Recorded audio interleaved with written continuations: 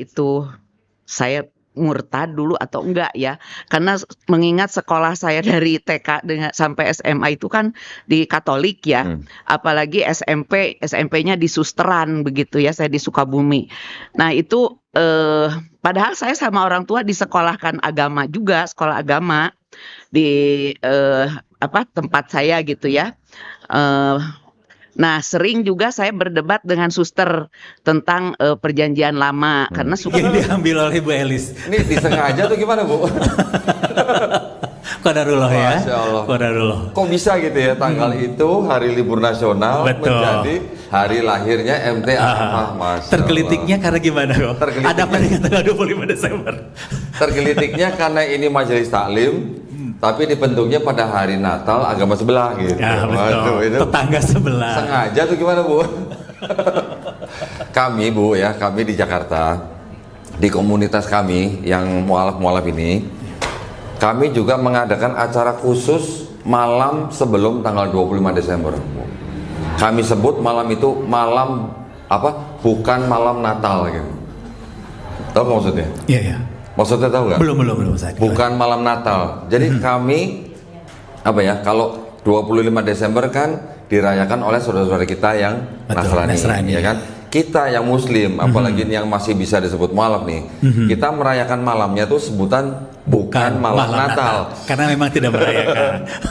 Ya, tapi maksudnya bahwa kita mengingat bahwa kita dulu pernah merayakan, sekarang tidak merayakan lagi. Artinya apa?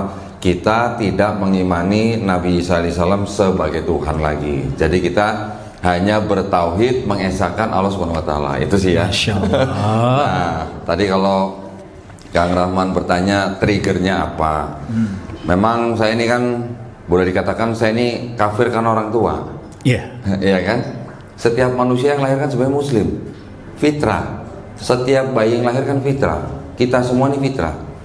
Saya, Kang Erik, juga istri dengan istrinya Kang Erik, ini juga termasuk orang-orang yang dulu dikafirkan oleh orang tua kita.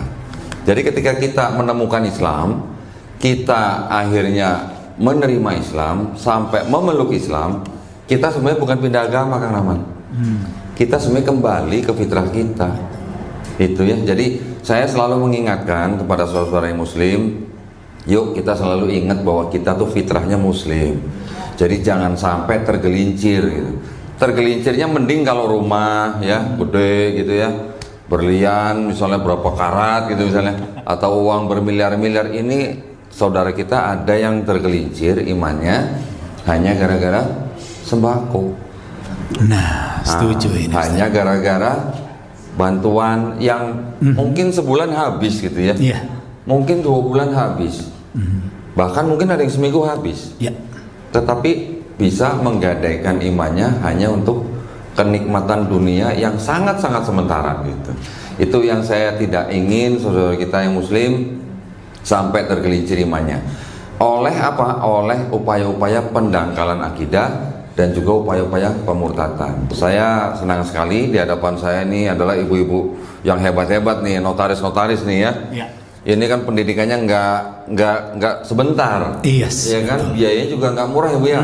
Waduh. Banyak yang S3 deh. Waduh, Masya Allah S3 lagi. Nah, profesi-profesi seperti ibu ini sebenarnya tercatat di dalam Quran, Bu. Tercatat. Kalau tadi kita mendengarkan Qori membacakan Quran surat Al-Baqarah ayat 1 sampai 5, profesi ibu-ibu ini tercatat di Quran surat yang sama. Quran surat Al-Baqarah ayat 282, Bu. Nah, ya, jadi apapun utang piutang itu harus ditulis, dicatat. Penulis tidak boleh menolak, harus ada saksi. Nah, Masya Allah, itu kan berarti kan memang sudah perintah Allah gitu ya. Utang piutang ditulis, ada saksi. Nah, jadi kenapa perlu begitu? Karena itu adalah bagian daripada amanah gitu, ya kan? Sebuah akad perjanjian apalagi utang piutang harus tertulis. Betul. Saya juga menggunakan ayat itu untuk apa? Untuk mengejar-ngejar yayasan yang saya ikuti untuk membuat laporan keuangan setiap tahunnya. Harus diaudit oleh akuntan publik. Kenapa? Karena dana yang kita gunakan adalah dana dari mana? Dari infak, sodaqoh, dari umat, donasi yang kita gunakan untuk membina para mualaf. Jadi kalau kita menerima uang itu kan amanah berarti dari umat ya, kita harus bikin laporan keuangan. Nah, alhamdulillah senang sekali saya bisa berbagi ya, insya Allah saya akan berbagi. Kalau tadi Kang Rahman nanya triggernya apa? Triggernya itu sebenarnya sebuah agama itu kan boleh dikatakan kalau nabinya sudah nggak ada, apa yang kita mau pegang? Apa yang mau kita jadikan landasan gitu ya? Kalau bukan kitabnya. Nah, jadi qadarullah ketika 2000 kira-kira mungkin 2012 ya Kang Rahman ya. 2012 tuh waktu itu sudah ada namanya FYP. Oh, kalau sekarang TikTok kan namanya FYP gitu kan. Muncullah video almarhum Syekh Hamid Didat. Nah, semoga Allah merahmati beliau ya. Dari video-video almarhum saya menonton semua, dia ngomongin kitab saya waktu itu gitu. Ini kok kurang ajar ini orang Islam ngomongin kitab Kristen gitu ya. Berani-beraninya. Panas dong. Oh, pasti. Ya, tapi untung udah tua gitu kan. Jadi saya menonton video-video almarhum itu, saya nonton sambil saya pegang kitab saya, Kang. Dia sebut surat apa, pasal berapa, ayat berapa, saya pokoknya cepet. Karena saya dari kecil tumbuh besar di gereja. Jadi sudah hafal isi dan sudah memahami. Paling tidak urutan suratnya gitu ya. Tinggal cari biasa. pasalnya, cari ayatnya. Saya dulu remaja tuh ada lomba.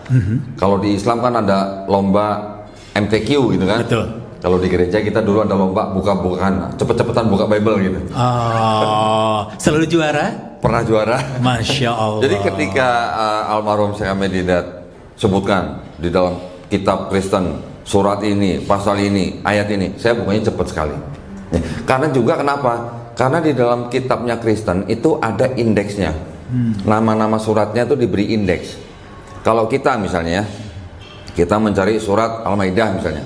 Kalau yang sudah biasa, gampang, buka surat kelima misalnya. Tapi kalau yang belum biasa atau yang baru baca Quran, dia akan cari di mana tuh Al-Maidah, ya kan? Yes. Nah kalau di Bible-nya Kristen Bu, itu dikasih indeks. Jadi ada nama-nama surat itu. Saya punya Quran yang ada indeksnya. Jarang sekali itu Quran. Ya. Nah, jadi ketika saya mendengarkan video-video almarhum, lama-lama didengerin kok, walaupun hati panas, tapi yang diomongin kok bener gitu ya. Ya, jadi salah satu yang membuat benar itu ya, Mas. ada beberapa hal. Jadi ini di dalam sebuah kitab, ya, itu bisa ada di dalam dua surat yang berbeda. Itu ayatnya, puluhan ayatnya persis plek sama. Plek sama. Dua surat berbeda. Dua surat berbeda, ada puluhan ayat yang persis plek sama. Oh. Sampai tanda bacanya.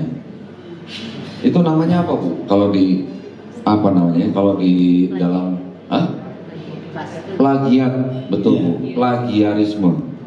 Bukan belasan kan? Puluhan ayat sama. Satu. Yang kedua, di dalam satu kitab secara garis besar itu kan dibagi dua. Ada perjanjian lama, perjanjian baru, ya. Konsep ketuhanannya perjanjian lama sama konsep ketuhanannya perjanjian baru dan konsep keselamatannya ternyata beda.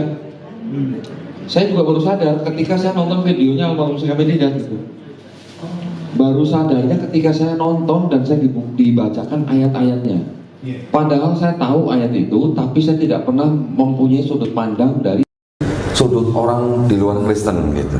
Ya, selama itu maksud saya tumbuh besar di gereja. Saya mengetahui ayat itu ya cuma dengar dari pendeta.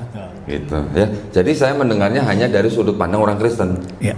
Dan belum ada pertanyaan tentang keanehan atau apa gitu yang bertentangan tersebut? Ada beberapa pertanyaan tapi ya telan aja gitulah. Ya. Zaman dulu tuh kalau kita tanya pendeta jawabnya apa? Imani saja. Waktu itu belum ada flash, baru imani. Gitu. Iya. Ya jadi kalau pendeta juga kesulitan menjelaskan, jawabnya hanya imani saja. Ya, jadi kalau di Kristen itu memang metodologi untuk membuat orang percaya itu begitu. Ya. Jadi terlepas dari apapun imani saja, ya. Telan bulat-bulat. Iya. Tidak usah banyak bertanya. Telan dulu gitu. Oh. Telan dulu, pokoknya imani saja gitu. Nah, ketika saya sudah mendengar ayat-ayat yang dipandang dari sudut pandang orang di luar Kristen, saya baru mikir, oh ternyata benar juga ya. Dari situ baru saya ke-trigger untuk mempelajari sejarah tersusunnya kitab saya waktu itu kan. Dan itu nggak sebentar memang, karena saya harus tahu kitab saya, siapa yang nulis, di mana ditulis, kapan ditulis gitu kan, siapa yang menyusun, asalnya dari kitab apa dan sebagainya. Itu ternyata memang butuh waktu, jadi nggak bisa sebentar. Itu yang membuat Koko akhirnya mengkoleksi Bible. Iya, bener. Mengkoleksi sampai berapa puluh sekarang, Ustaz? Nggak banyak lah, paling baru 100-an kayaknya kurang. Masya Allah, baru 100-an. Ini 100-an dari berbeda penerbit, berbeda negara, atau sama? Beda penerbit, beda negara, beda tahun, beda versi, beda bahasa. Yang paling tertua? Kalau yang benar-benar asli ya. Asli, Yang original. asli yang paling tua saya punya yang 1916. 1916. Tapi ada yang lebih tua 1809 berapa ya? 1896. Tapi dari versi faksimil. Nah, zaman dulu dari Belanda kirim faksimil ke Indonesia dicetak ulang, bisa begitu. Oh, seperti itu. Iya. Ini dari ada yang 1819 tadi ya? 1896. 1896 sampai dengan yang terbaru. Koko bisa melihat ada perubahan yang signifikan atau karena kan katanya kalau tidak salah saya menonton di beberapa channelnya Koko juga kan ada istilahnya tuh yang ayat-ayat sisipan lah, pinjaman. Ya kadang-kadang juga Ayat pinjaman tapi nggak dibalik-balikin. nah nggak dibalik-balikin, tetap dipakai. Katanya pinjaman tapi nggak dibalikin. Terus ada juga yang sampai mohon maaf gitu ya kalau karena keterbatasan ilmu juga, katanya ada ayat yang memang dinyatakan palsu. Betul. Nah ini dari pengetahuan Kokoh nih, literasinya juga nggak main-main, nggak kaleng-kaleng, ratusan gitu. Ini ada beberapa yang bisa disampaikan ke audiens yang pasti kita semua kan alhamdulillah sih di sini kan muslim semua nih kok ya, pasti pengen tahu dong, yang mana tuh yang disebut dengan sisipan, pinjaman yang bahkan palsu ini kok. Mau lihat aslinya kitabnya ada, saya bawa tuh. Boleh, boleh. Karena kita juga kan based on literatur yang benar gitu kan, tidak hanya asal bicara di sini. Kalau notaris kan juga nggak boleh asumsi gitu. Yes, betul. Harus ada dasarnya, gitu Betul. kan. Harus ada dalilnya, gitu kan. Wis, ini satu koper loh ini. Ini aman ya? Aman. Ini ada apa namanya? Bisa connect ke apa namanya? Proyektor nggak ya? Nggak, ini dari kamera ini soalnya. Dari kamera. Nggak bisa ya? Yang bisa dimunculkan ke monitor ini gimana caranya?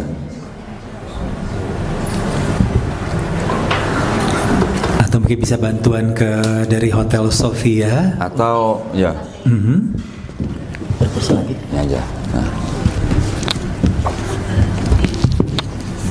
Ini di tengah. Nah, ini. Nanti minta tolong Kang Rahman yang bacain boleh. Tenang Kang Rahman. Baca ini nggak perlu wudhu, nggak perlu bismillah. Oke. Baru loh seumur umur. Ya. Bisa ditayangin di ini. Bisa kan? Proyektor, bisa nggak? HDMI. Nah, kalau bisa, jadi ibu-ibu bisa sambil lihat ya. Iya, betul. Oke. Bismillah.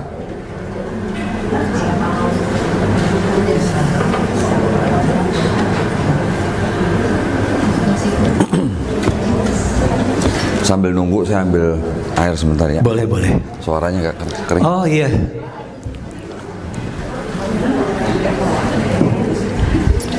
Kita tidak sedia meja memang hari ini ya. Betul sekali.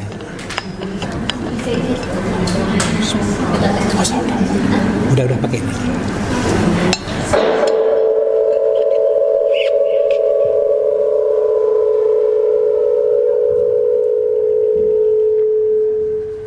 Ya. Nah, Gimana nih, Ustaz? nanti gini. Nanti kita tunjukkan ke kamera. Iya. Nanti salah satu mungkin bisa baca yang terlihat di Di layar ya. screen ya. Udah siap, Rik? Oke. Tenang, Bu, tenang. Tenang. Pertama-tama ya, ini saya jelaskan bahwa kitab yang saya pegang ini kan tebel nih, ya kan? Ini yang punya adalah kalangan Katolik, ya. Jadi namanya Kitab Suci Katolik. Katolik. Sebentar kan, nih. Tulisan apa nih kan? Tidak untuk diperdagangkan. Tidak untuk diperdagangkan. Nah, coba Cetakan 2009. Nyampe nggak, Rik? Ya. Nah, Nyampe nggak kali ini? yang di sana. Kebaca nggak? Coba. Oh, harus yang itu ya. Oke, ini Kang Rahman bacain dulu aja. Iya. Ini kan tidak untuk Diperdagangkan. Nah, Kitab Suci Katolik dengan pengantar dan catatan lengkap tahun 2009. Dipersembahkan kepada umat Katolik Indonesia oleh Direktorat Jenderal Bimbingan Masyarakat Katolik Departemen Agama Republik Indonesia. Percetakannya Arnoldus ND. Resmi nggak, Kang? Resmi dong. Harusnya resmi ya. Harusnya. Nah, ini dicetak cuma 3.000 eksemplar tuh. 3.000 eksemplar. Ya. Nah, kita tunjukkan ke kamera nih. Coba. Tahun 2009 dicetak sebanyak 3.000 ya. Nah, Kebaca Bu, kebaca. Kebaca ya. Baca ya. Ini ya Bu ya, tidak untuk diperdagangkan. Kitab Suci Katolik dengan pengantar dan catatan lengkap 2009 dipersembahkan kepada umat Katolik Indonesia oleh Direktorat Jenderal Bimbingan Masyarakat Katolik Departemen Agama Republik Indonesia. Ya. Ayat yang akan saya tunjukkan di sini adalah yang disebut dengan ayat yang dianggap sebagai bukti bahwa di dalam kitab ini ada ajaran yang namanya Trinitas. Kang Rahman tahu Trinitas ya? Yes. Ya. Ibu-ibu tahu ya? Atas nama Bapak. Bapa Tuhan, Putra Tuhan, Roh Kudus Tuhan. Tapi bukan 3 Tuhan, tapi 1 Tuhan, Bu. Paham nggak, Bu? Bisa paham, Bu? Alhamdulillah nggak paham. Kalau paham malah saya curiga nih tadi, Bu. Ya, itu memang akidah daripada saudara kita yang Nasrani. Lanjut lagi, Bapa Maha Kuasa, Putra Maha Kuasa, Roh Kudus Maha Kuasa, tapi bukan 3 Maha Kuasa, tapi 1 Maha Kuasa. Ya, Bapa bukan Yesus, Yesus bukan Roh Kudus bukan Bapa, tapi ketiganya mempunyai hakikat yang sama, gitu. Ya. Bukan. Kalau di Islam kita mengenal sosok Rohul Kudus adalah malaikat Jibril alaihissalam. Kalau di Kristen yang disebut Roh Kudus adalah pribadi ketiga daripada ketuhanan, Bu. Ya. Kalau malaikatnya sendiri lagi ada lagi. Nah, kalau kita mengenal malaikat Jibril alaihissalam, di sini disebutnya malaikat Gabriel alaihissalam. Nggak ada alaihissalamnya, sorry. Kalau di sini udah kebiasaan. Ya. Nah, ayat yang mau saya tunjukkan ini adalah surat 1 Yohanes 5 ayat 7, ya. Bukannya berarti ayat yang lain tidak ada yang tidak asli, ada juga, tetapi yang saya tunjukkan ini adalah bukti bahwa ayat ini mengajarkan Trinitas. Oke, ya. Sekarang tolong di zoom, coba, Rick.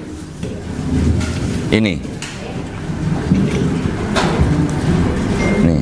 Dipaskan biar langsung ke Koko. Nah, iya. Enak. Kebaca nggak, Bu? Kebaca nggak? Ada yang bisa bantu baca? Iya, sebelah mana? Oh, ini mic-nya. Nah, kalau nggak Kang Rahman baca dari depan situ. Hah? Nah, Kang Rahman baca dari situ. Ya. Coba. Ya. Yang ini nih, Bu. Yang di garis merah nih, yang di atas nih. Coba, Rik.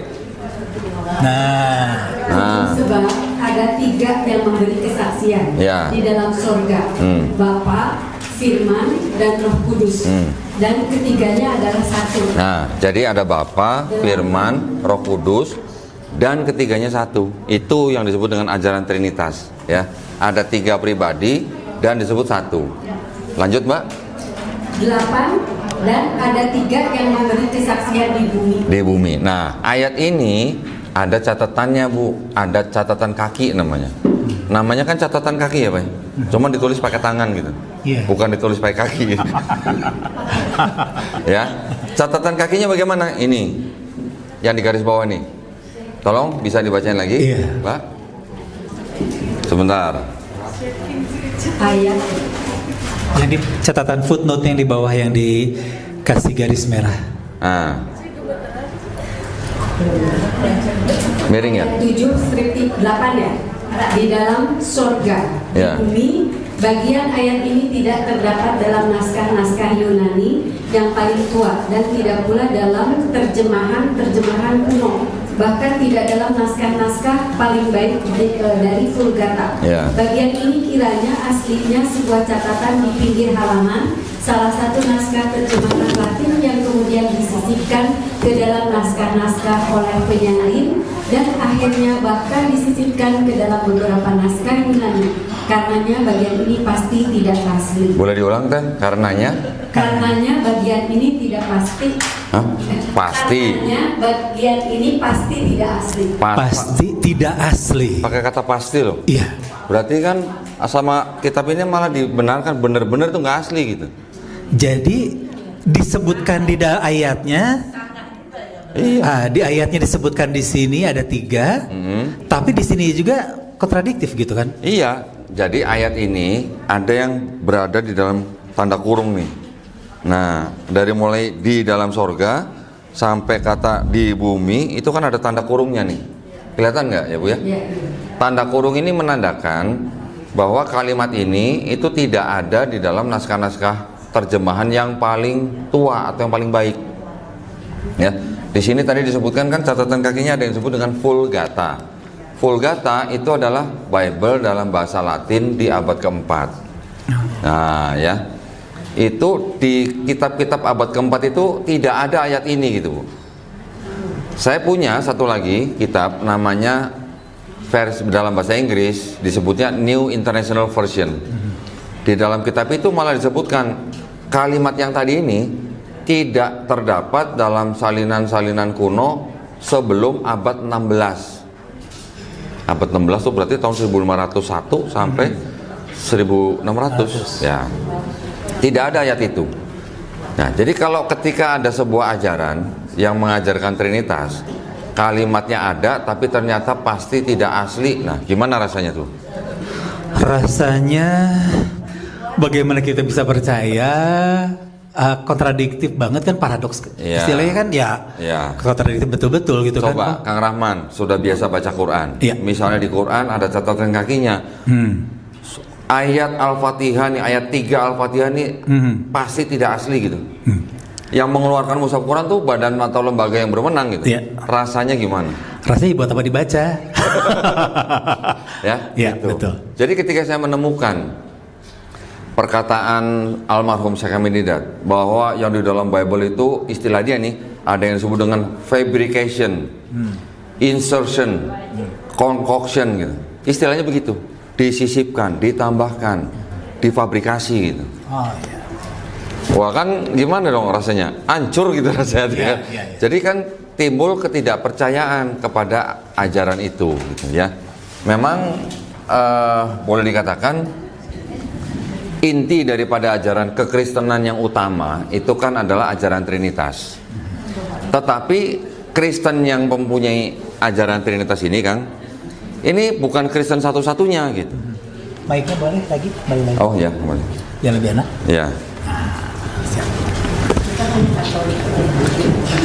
Nah, jadi yang disebut dengan aliran Katolik, nanti ada Protestan, nanti ada Ortodoks ya. Itu adalah Kristen-Kristen yang mempercayai Trinitas. Memang jumlahnya yang paling besar, mayoritas.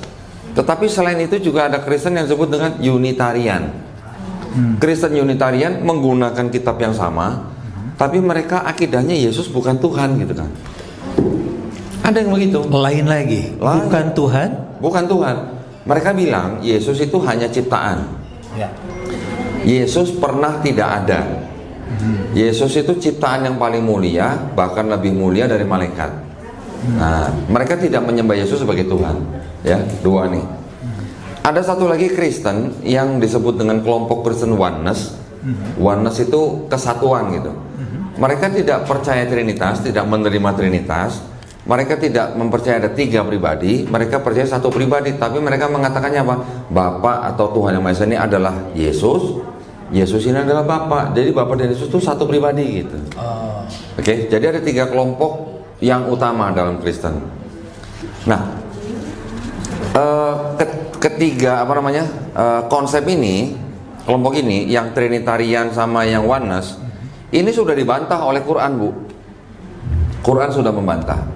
Di mana? Di Quran surat Al-Maidah ayat ke-72 untuk yang Oneness ya. yang bilang Allah adalah Isa putra Maryam itu disebut dengan kafir. Ya, Quran surat Al-Maidah ayat 72. Yang mengatakan Allah itu adalah salah satu dari 3 di ayat 73-nya. Ya, Quran surat Al-Maidah ayat 73. Itu sudah dibantah sama Quran. Tapi di Quran surat Al-Maidah juga ayat 116 itu ada ayat yang mengatakan bahwa nanti insya Allah akan ada dialog antara Allah SWT dengan Nabi Isa alaihissalam, di mana Allah SWT bertanya kepada Nabi Isa alaihissalam, apakah kamu pernah menjadikan dirimu dan ibumu ya sebagai sesembahan selain aku? Ya, Nabi Isa alaihissalam kan tentu saja menjawab tidak mungkin, Allah SWT lebih tahu gitu. Itu aliran Kristen yang mana? Kok ada trinitasnya Allah, Nabi Isa sama ibunya Maryam? Kristen yang mana? Gitu. Nah, nanti orang Kristen akan bertanya, oh berarti salah itu Quran. Trinitas kami itu Bapa, Firman, dan Roh Kudus, bukan Bapa, Firman, dan Maria gitu. Quran salah dong. Gimana jawabnya, Bu? Sedangkan Kristen yang kita tahu Trinitas, Bapa, Yesus, Roh Kudus. Oneness, Bapa itu Yesus, Yesus itu Bapa. Yang satu lagi Unitarian tidak menyembah Yesus, berarti tidak dibantah. Tapi Quran menyebutkan ada konsep Trinitas, Allah, Nabi Isa, dan Maryam. Kristen mana itu gitu? Gimana Bu jawabnya? Kalau ada yang nanya begitu. Sudah tidak ada Bu Kristennya. Kristen yang menyembah Maria itu dulu pernah ada. Malah di abad keempat adanya. Adanya malah di tanah Arab Saudi. Ketika di situ ada orang-orang Kristen yang menyembah Maria sebagai Tuhan, nama ajarannya disebut Koliridianisme. Koliridianisme. Atau ada juga yang di daerah lain disebut dengan Mariamites.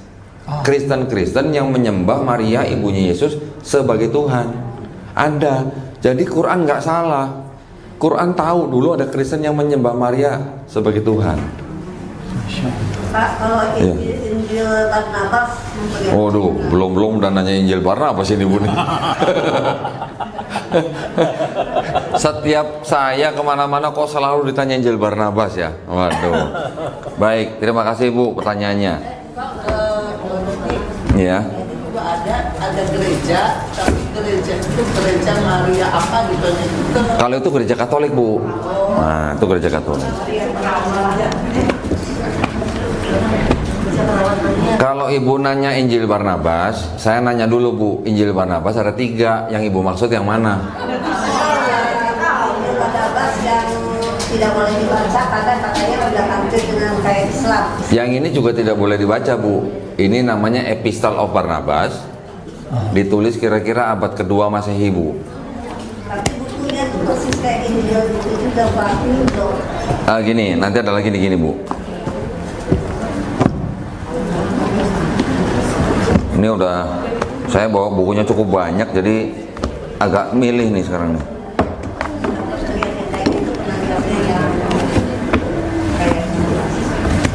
Berarti yang Ibu maksud adalah Injil Barnabas yang ini Bu. Nah, Injil Barnabas ini yang menyatakan bahwa Nabi Isa atau Yesus berkata akan ada nabi lagi yang bernama Ahmad. Ini ya, ini namanya Injil Barnabas. Tetapi Bu, Injil ini dikentarai ya. Yang menulis ini adalah orang Muslim, orang Islam yang nulis ya. Diterjemahkan ke bahasa Italia dan Spanyol di abad ke-15 dan 16. Tetapi yang menulis ini juga di dalamnya banyak anakronitisme Bu, penyebutan yang tidak sesuai dengan zamannya ya. Kemudian di dalam buku ini yang disebut Al-Masih itu bukan Yesus atau bukan Nabi Isa Bu, tapi Nabi Muhammad SAW. Ibu pernah baca di dalam Quran Nabi Muhammad SAW disebut sebagai Al-Masih? Pernah baca?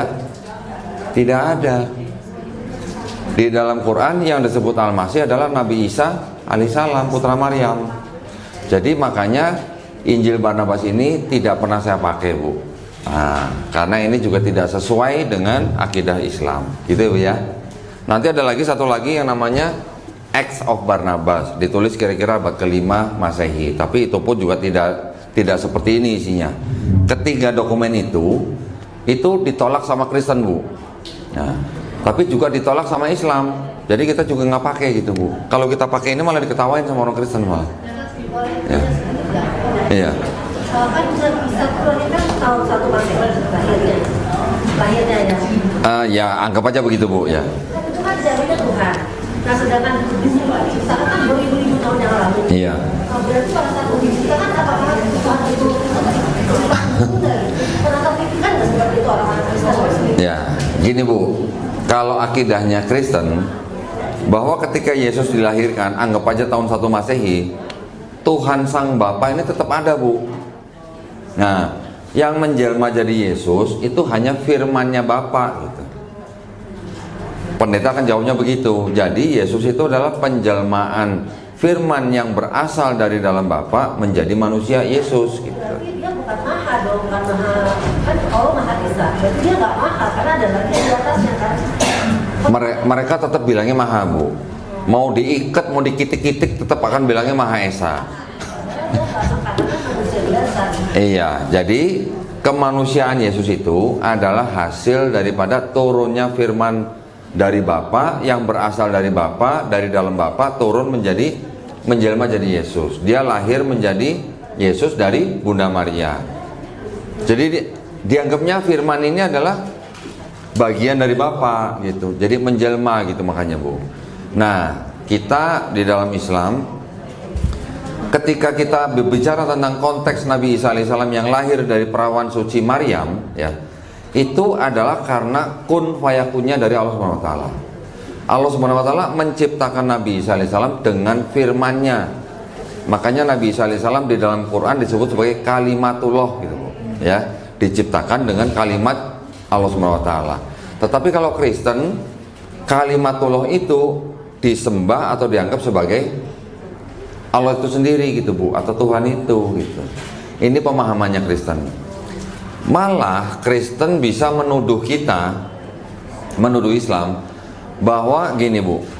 Kalau di Kristen itu kan konsepnya firman menjadi Yesus. Sebenarnya sama dengan Islam. Islam firman menjadi Quran gitu, Bu. Ini menurut orang Kristen ya, Bu, ya. Tapi kita bisa menolak. Kalau Kristen menyembah sang firman Yesus, kalau Islam kita tidak pernah menyembah Quran.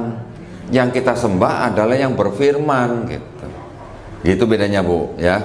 Malah mereka bisa mengatakan bahwa kalau di Kristen firman itu berasal dari dalam Bapa itu sendiri.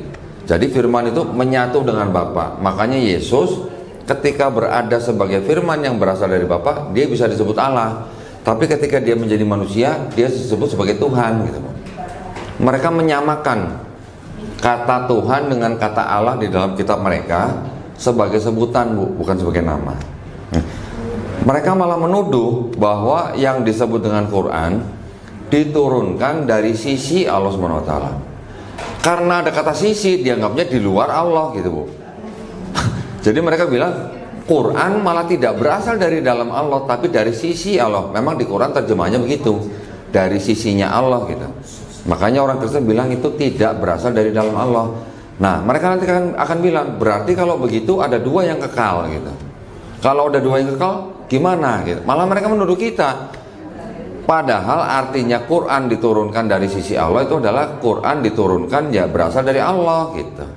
Cuman mereka hanya gara-gara terjemahan, mereka pikir kalau di sisi itu di sebelahnya gitu. Karena di dalam kitab mereka ini ada ayat, Bu, Yesus ketika diangkat ke surga duduk di sebelah kanan Bapa gitu. Ya, Bu, ya. Jadi memang agak gimana, agak rancu gitu. Itu. Ya, jadi karena ada ayat yang seperti itu tadi, itu yang akhirnya saya mengambil keputusan bahwa kitab ini tidak bisa disebut sebagai kitab suci untuk saya gitu. Nah itu gitu Kang Rahman yang men-trigger saya. Nah betul sekali. Memang kalau yang namanya kitab suci berarti kan isinya betul-betul suci, tidak ada penambahan, apalagi pinjaman yang tidak dikembalikan, apalagi yang palsu tadi gitu kan. Ustaz ya, setuju ya? Ya, oke. Dari hal itu akhirnya berkembang menjadi pemikiran, kemudian akhirnya kokoh istilahnya berpulang kembali ke fitrah menjadi seorang muslim di tahun 2014. Awal yang dirasakan apa sih kok? lega, plong. Plong. Kembali itu rasanya Ya, plong. rasanya plong. Kenapa? Kira-kira tahu nggak? Kenapa tuh? Karena saya tidak harus menyembah manusia lagi. Setuju. Paham ya? Paham. Ya? Iya. Gini. Sebenarnya di dalam Kristen itu kalau orang yang menggunakan akal pikirannya, setiap kali berdoa tuh bingung sendiri.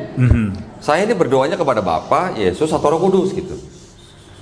Karena kan itu 3 pribadi, ya kan? Jadi di dalam Kristen setiap kali kita berdoa bilangnya kepada Bapa, tapi ditutupnya dalam nama Yesus gitu.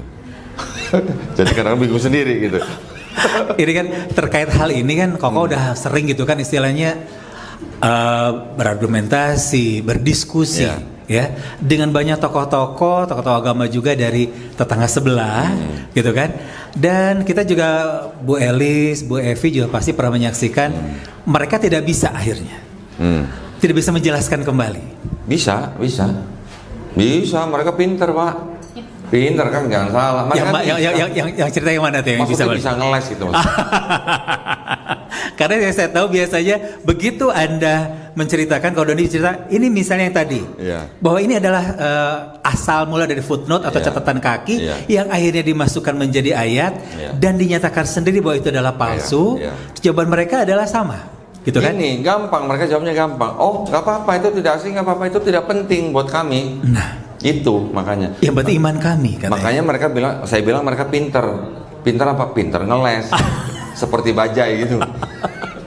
Jadi mereka kan berargumen bahwa nggak penting itu asli atau enggak, yang penting iman kami beriman bahwa Yesus adalah Tuhan. Udah selesai. Oke, luar biasa. Gitu. Ini kan terkait ya kok ya punten, penguatan akidah Islam. Oke lah, mostly hampir semua yang hadir di sini kita istilahnya Muslim tradisional, Muslim yang istilahnya juga keturunan. Karena orang tua kami Muslim, kami akhirnya menjadi Muslim. Berarti kalau Muslim turunan, berarti saya Muslim tanjakan gitu. Anda yang kembali kok. Anda sempat belok dulu, Anda baru kembali gitu kan. Nah kalau kami itu kan istilahnya tidak perlu kembali, karena memang kita tracknya tetap lurus. Nah ini kan penguatan akidah.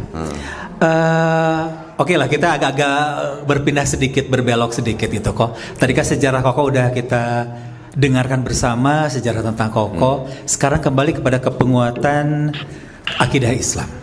Ini banyak sekali kawan-kawan kita yang akhirnya justru menjadi mantan Muslim, gitu kan?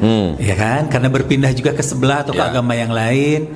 Kebanyakan karena alasan perkawinan. Iya, betul. Ya, ataupun mungkin yang tadi Koko awal cerita yang tok-tok hadir ke rumah membawakan berita kedamaian, berita pencerahan, kegembiraan dan sukacita dengan membawa aneka makanan dan lain sebagainya, itu juga banyak.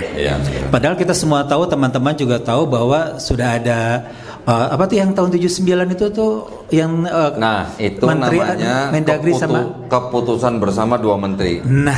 Menteri Agama dan Menteri Dalam Negeri. Nomor 1 tahun 79 tentang pensiaran agama. Betul. Di dalam bab 3 pasal 4 disebutkan dilarang mensiarkan agama kepada orang atau kelompok orang yang sudah beragama. Betul. Caranya disebutkan satu-satu. Door to door nggak boleh.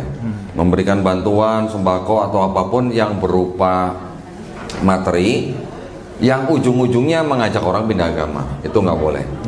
Memberikan buku, pamflet, majalah, buletin, itu juga nggak boleh.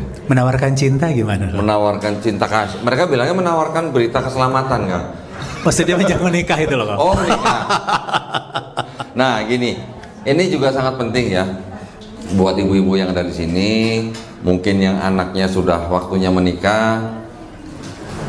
Ini merupakan hal yang juga cukup pelik sebenarnya buat orang tua Muslim. Saya sering kedatangan orang tua Islam yang anaknya mau menikah dengan calonnya yang beda agama. Bahkan sudah di DP duluan kan? Ya. Betul. Ada yang sudah di DP 3 bulan. Yes. Ada yang sudah di DP 6 bulan. Yes. Disengaja itu seperti ya kok? Disengaja. Dan ketika pihak lakinya itu diminta pertanggungjawabnya untuk menikah, mereka mau menikah. Tapi ketika untuk diminta masuk Islam, nah itu yang mereka bisa menolak. Karena mereka bilang ada Undang-Undang Dasar pasal 29 ayat 2. Betul, kebebasan beragama. Kebebasan beragama.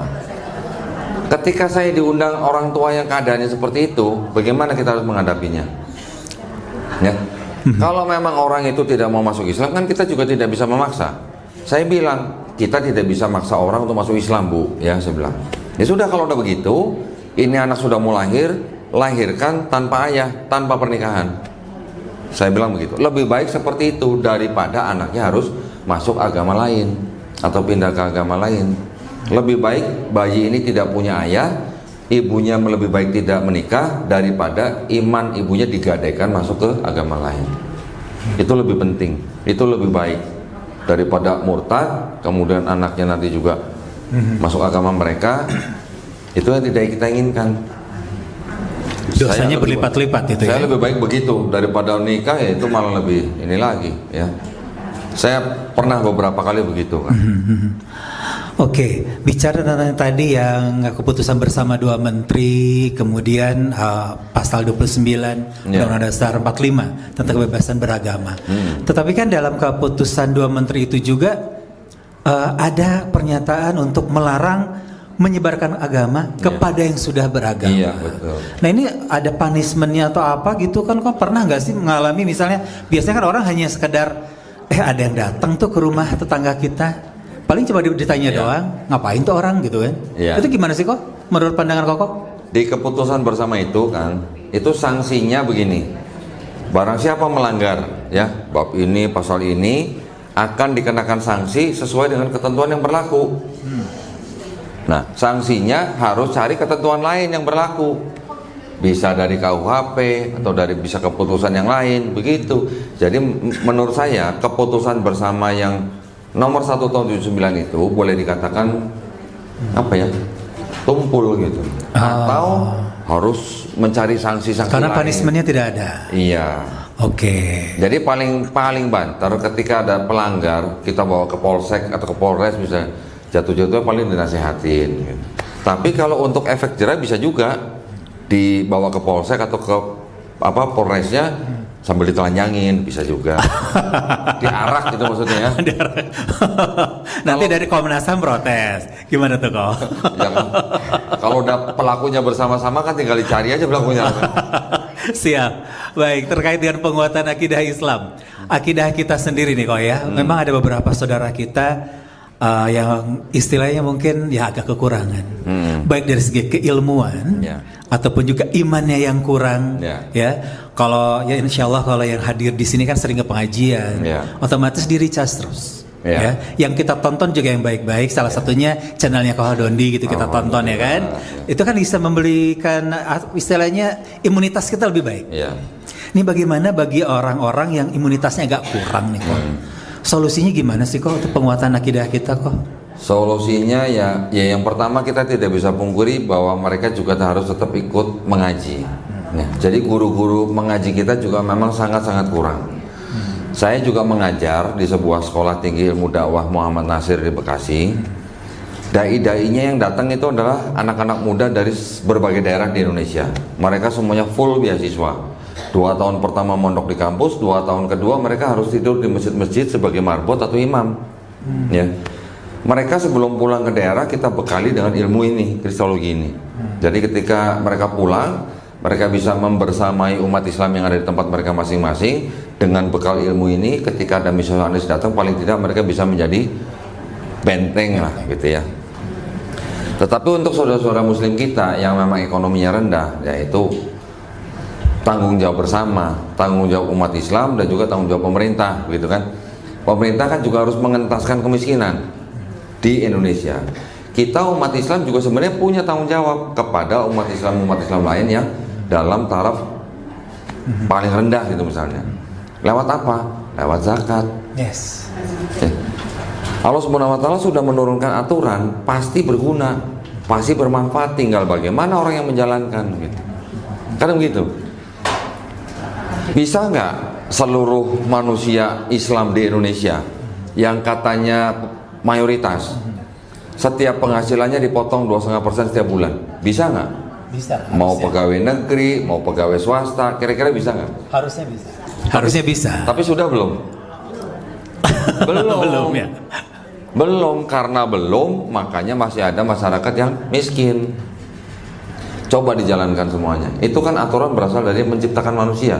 Tentu saja Allah Subhanahu wa taala sendiri yang tahu fungsinya, gunanya zakat itu bagaimana gitu. Kalau dijalankan dengan baik, ya.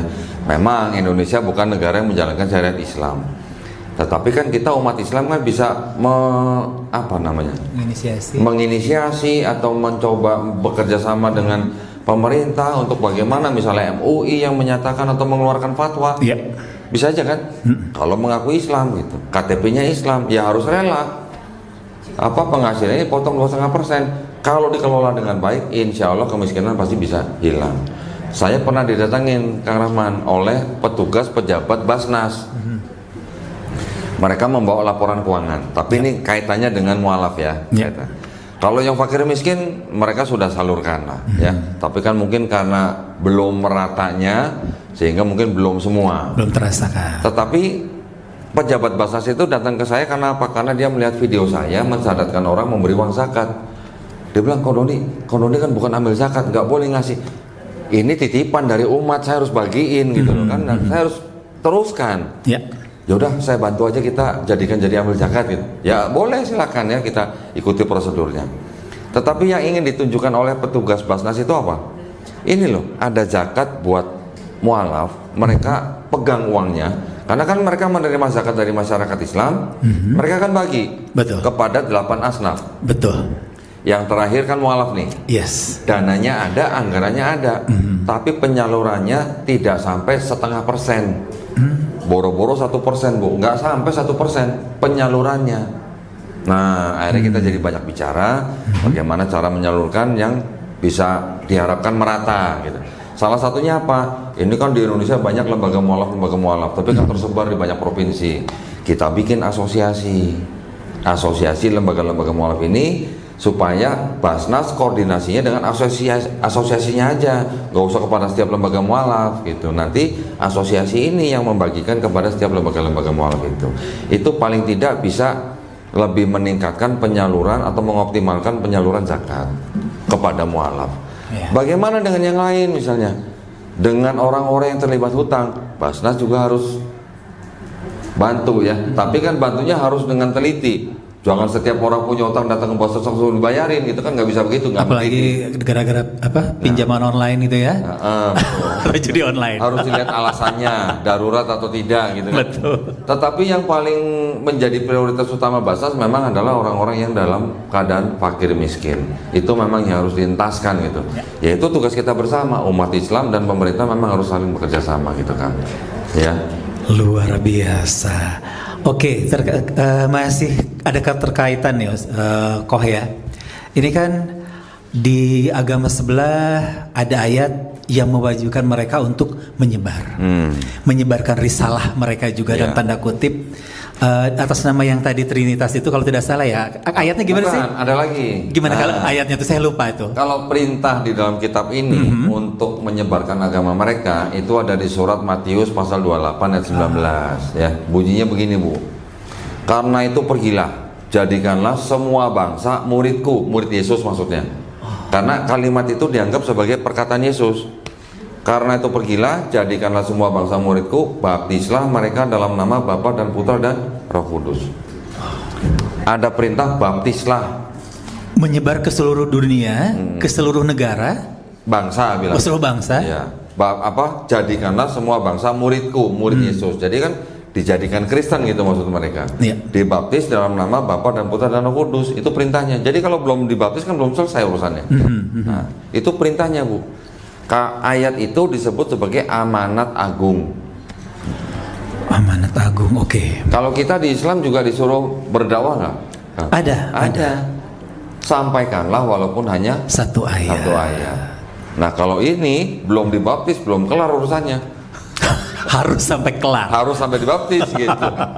Ini kan mau tidak mau jadi warning buat kita juga gitu kan kok. Oke lah, mungkin bagi beberapa saudara-saudara kita yang berada di pelosok nun jauh di sana, yang tidak tersentuh teknologi, informasi atau apapun, budaya mereka dari ribuan tahun yang lalu mungkin masih seperti itu masih bisa sepertinya itu mungkin ya.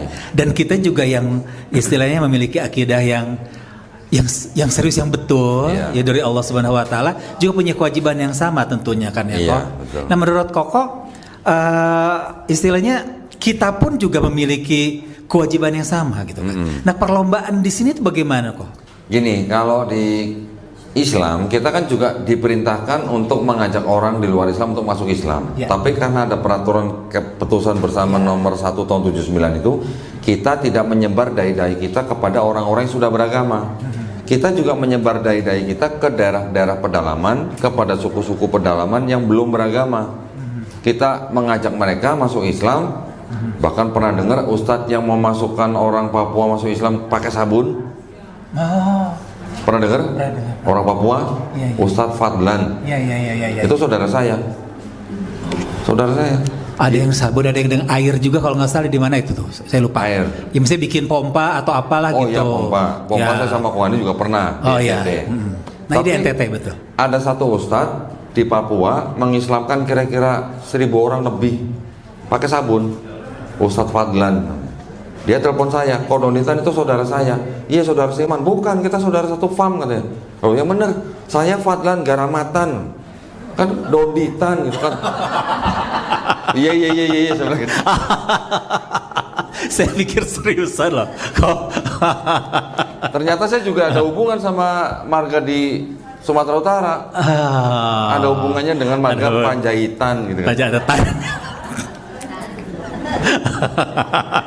Horas ya. Horas. Jadi memang terkadang sesuatu yang simple itu bisa menarik umat gitu ya. Iya, betul. Ya Kokoh ya. Nah kalau misalnya menurut Kokoh sendiri, ini kan taruhlah ada beberapa kita juga tahu tidak usah di pelosok nih Kokoh ya. Saudara-saudara kita yang di Jawa Tengah, di Jawa Timur, bahkan di katanya Cianjur atau di mana di Jawa Barat juga ada itu Koh. Ciranjang. Ciranjang itu gimana sih Koh? Maksudnya penguatannya lagi nih loh Koh. Ya gini ya, kalau daerah Ciranjang dan sekitarnya itu memang dari zaman Belanda sudah dijadikan kantong Kristen. Dari zaman Belanda gitu ya. Jadi memang kampung itu ya memang isinya orang-orang Kristen dari yang keturunan dari yang sejak zaman Belanda.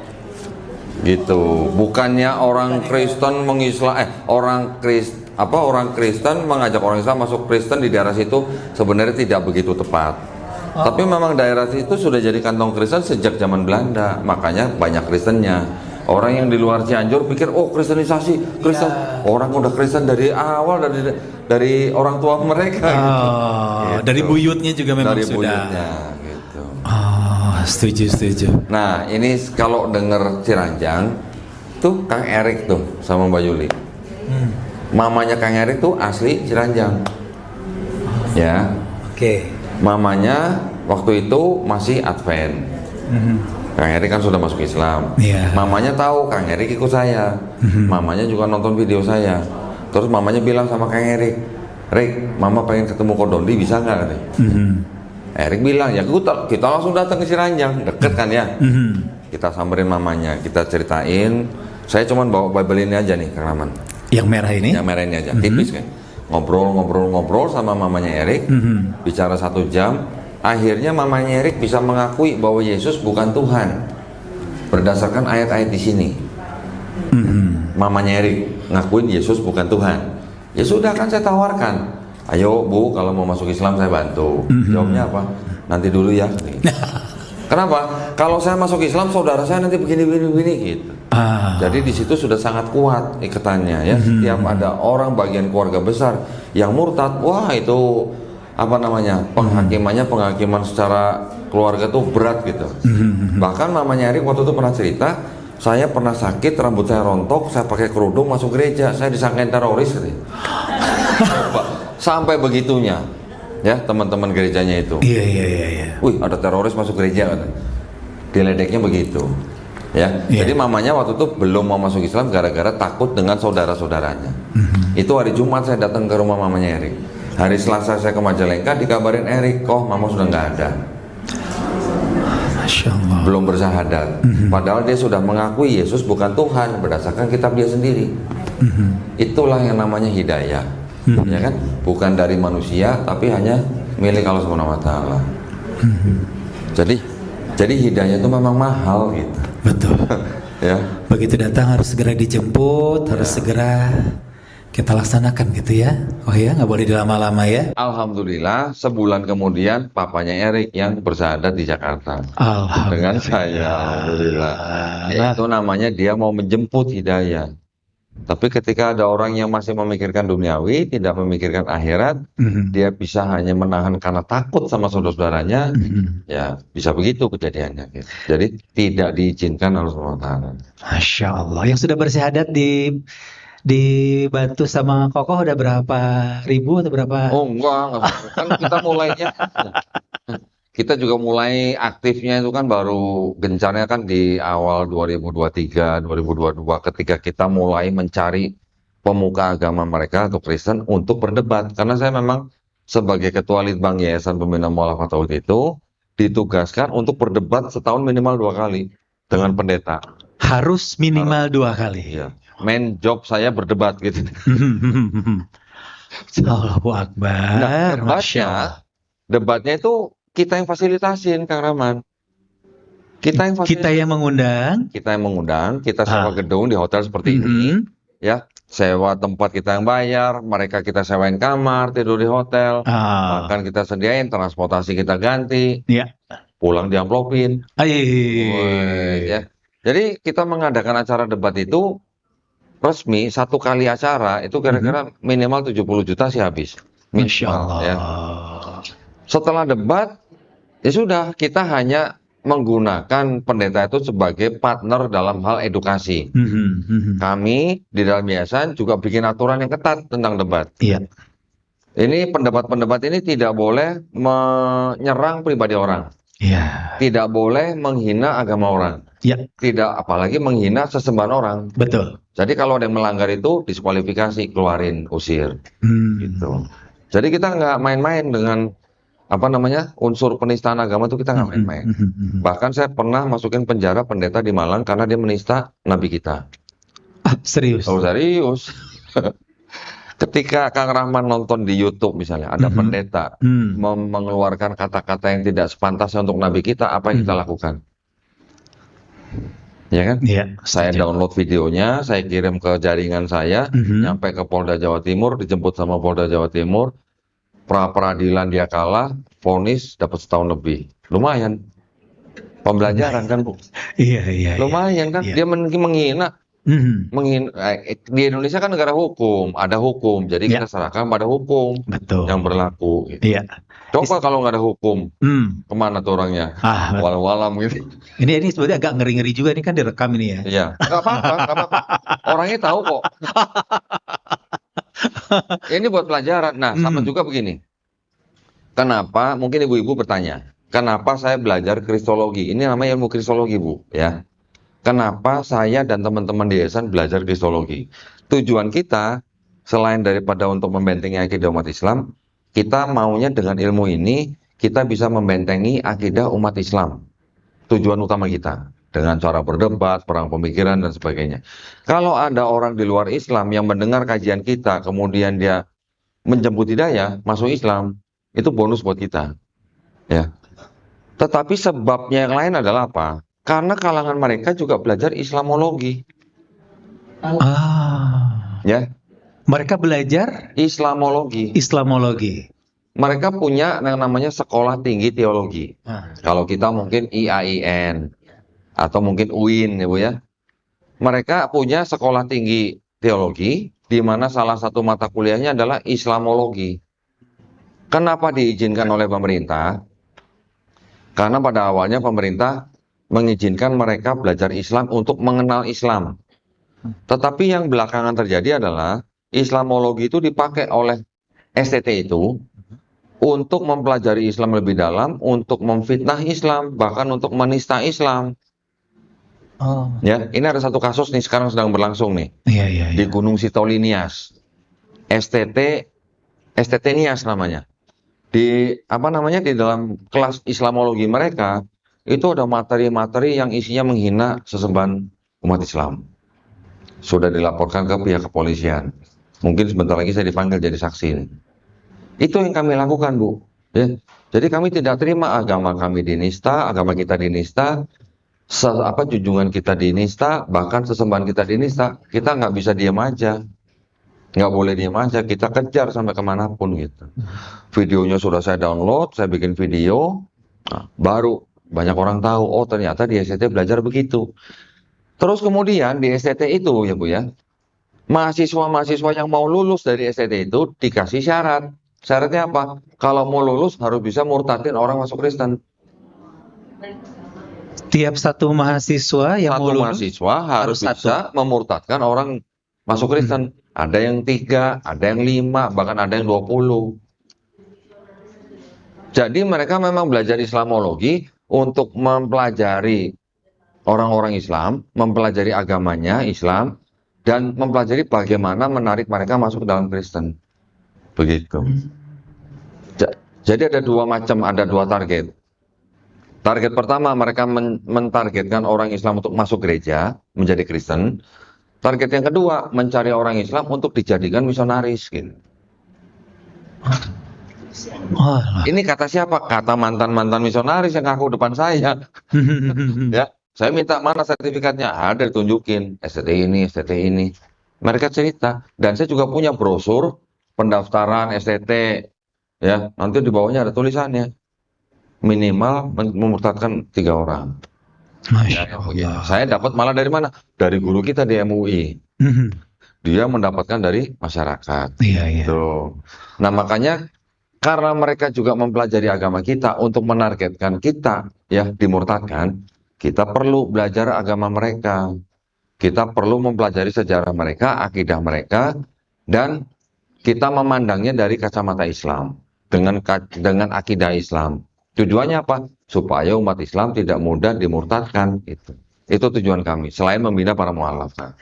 Masya Allah. Ini betul-betul menjadi suatu warning buat kita semua, terutama para bunda yang hadir di sini, untuk menjaga akidah anak-anaknya ya.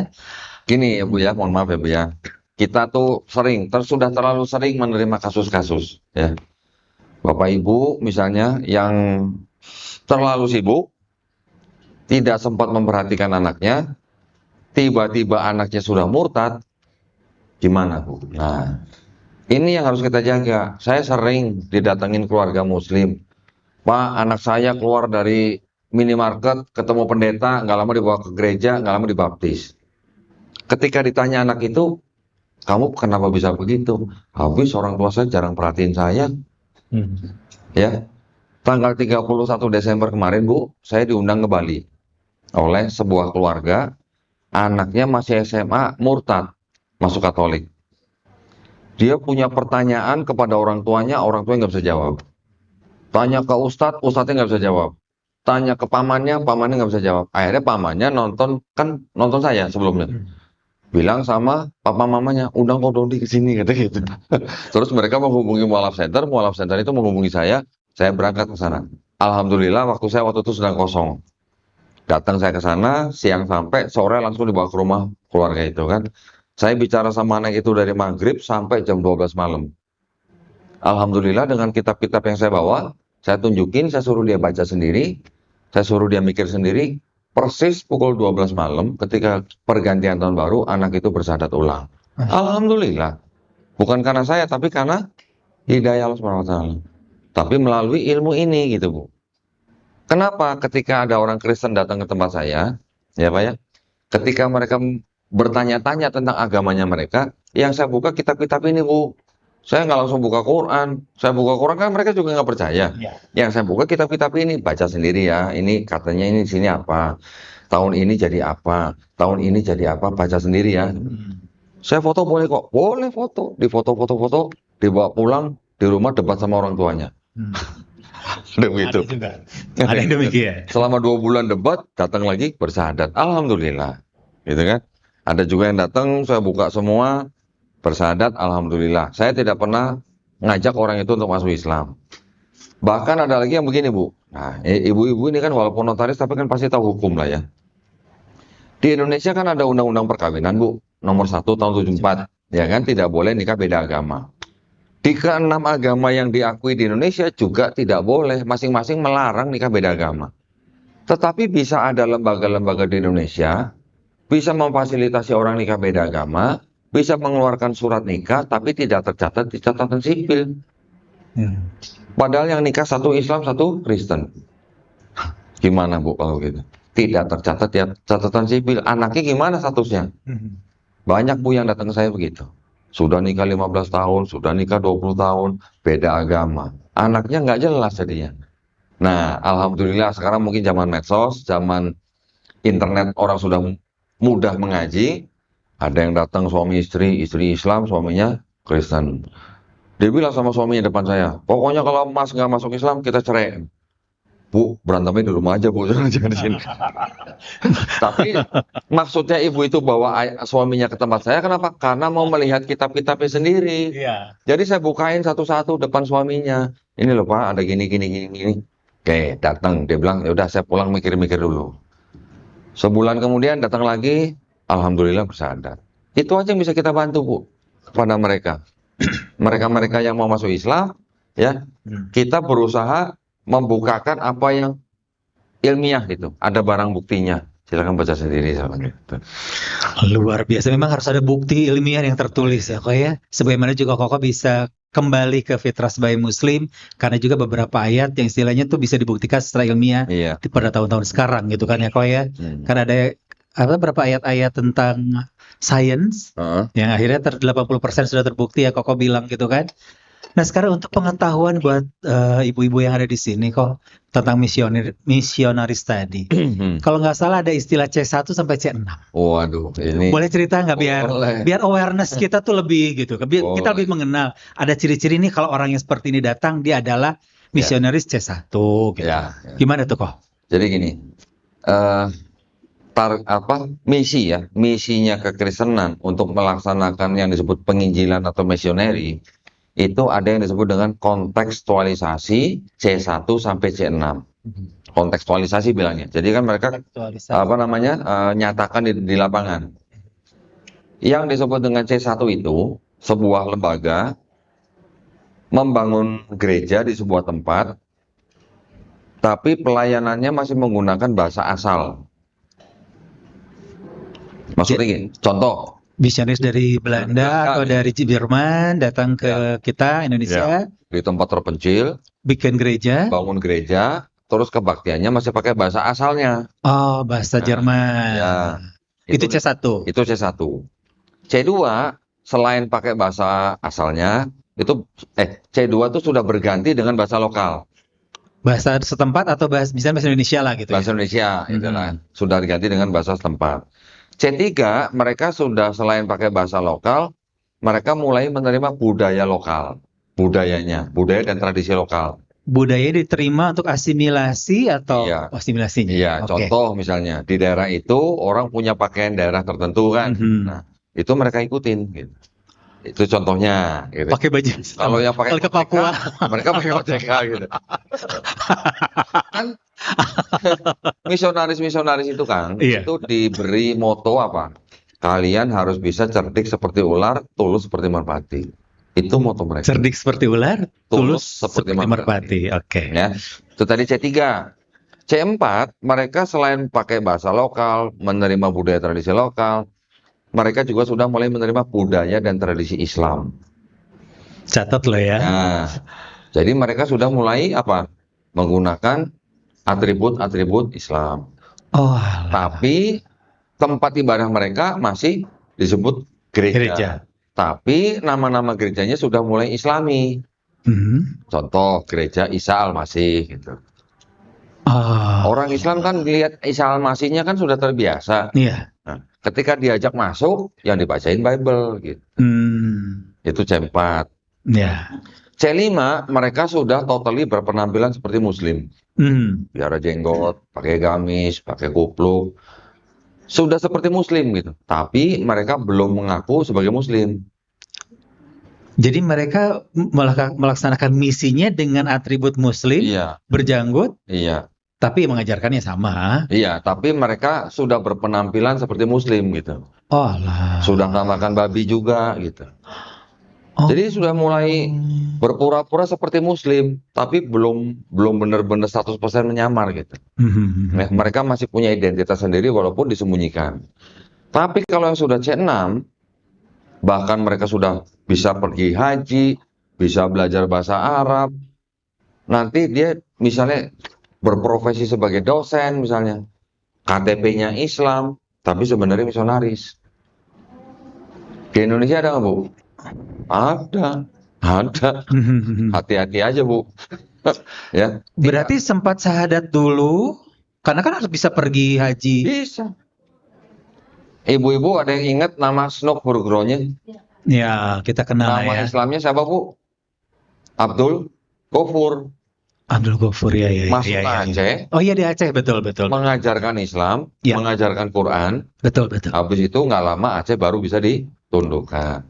Oh iya, terkait dengan penjajahan, betul. Ya, pada zaman penjajahan. Betul. Sebelum Snok Burgronya masuk Aceh, Aceh adalah daerah yang tidak bisa ditaklukkan oleh Belanda pada saat itu. Betul. Ketika Snok Burgronya masuk, informasi-informasi dalam Aceh bisa sampai Belanda. Ini kan betul kita harus waspadai sekali nih yang C6 ini gitu kan. Dia sudah mualaf ceritanya, belajar agama sampai ke Mekah. Orang malah nggak tahu dia mualaf. Dia tahunya orang tahunya dia muslim dari lahir. Oh. Bisa begitu. Orang bisa jadi dosen di UIN. Oh alah. Nah, ya jadi Cara membelokkannya itu gimana itu, Ustaz? Cara membelokkannya itu menarik untuk pemurtadannya bagaimana itu? biasanya mereka ketika mentargetkan seseorang, mereka akan melakukannya secara diam-diam. Tentu saja tidak di lingkungan dia bekerja, tentu saja di lingkungan luar gitu. Dan yang mereka cari, Bu, itu orang-orang Islam yang taat beribadah. Loh, ngapain cari orang Islam yang tukang mabok? Nggak kepake gitu. Ngapain cari orang Islam yang suka judi? Itu yang mereka cari, orang Islam yang taat beribadah. Justru targetnya yang betul-betul, oh alah, Iya. Masya Allah. Jadi mereka itu menggunakan seperti sistem MLM, Bu. Ya, satu orang dia bisa dapat 2 misionaris anggotanya, masing-masing 2 orang ini mendapatkan 2 lagi, ini 2 lagi. Jadi multiplikasi gitu, Bu, kayak MLM. Itu. Satu misionaris dimasukkan ke dalam tempat yang misalnya yang cukup pedalaman begitu. Itu buat mereka nggak sulit. Mereka sudah belajar bagaimana diterima sama orang banyak. Sudah belajar itu, ilmunya ada. Jadi mereka kemanapun pasti diterima. Cara-caranya, teknik-tekniknya mereka udah tahu, udah kuasain.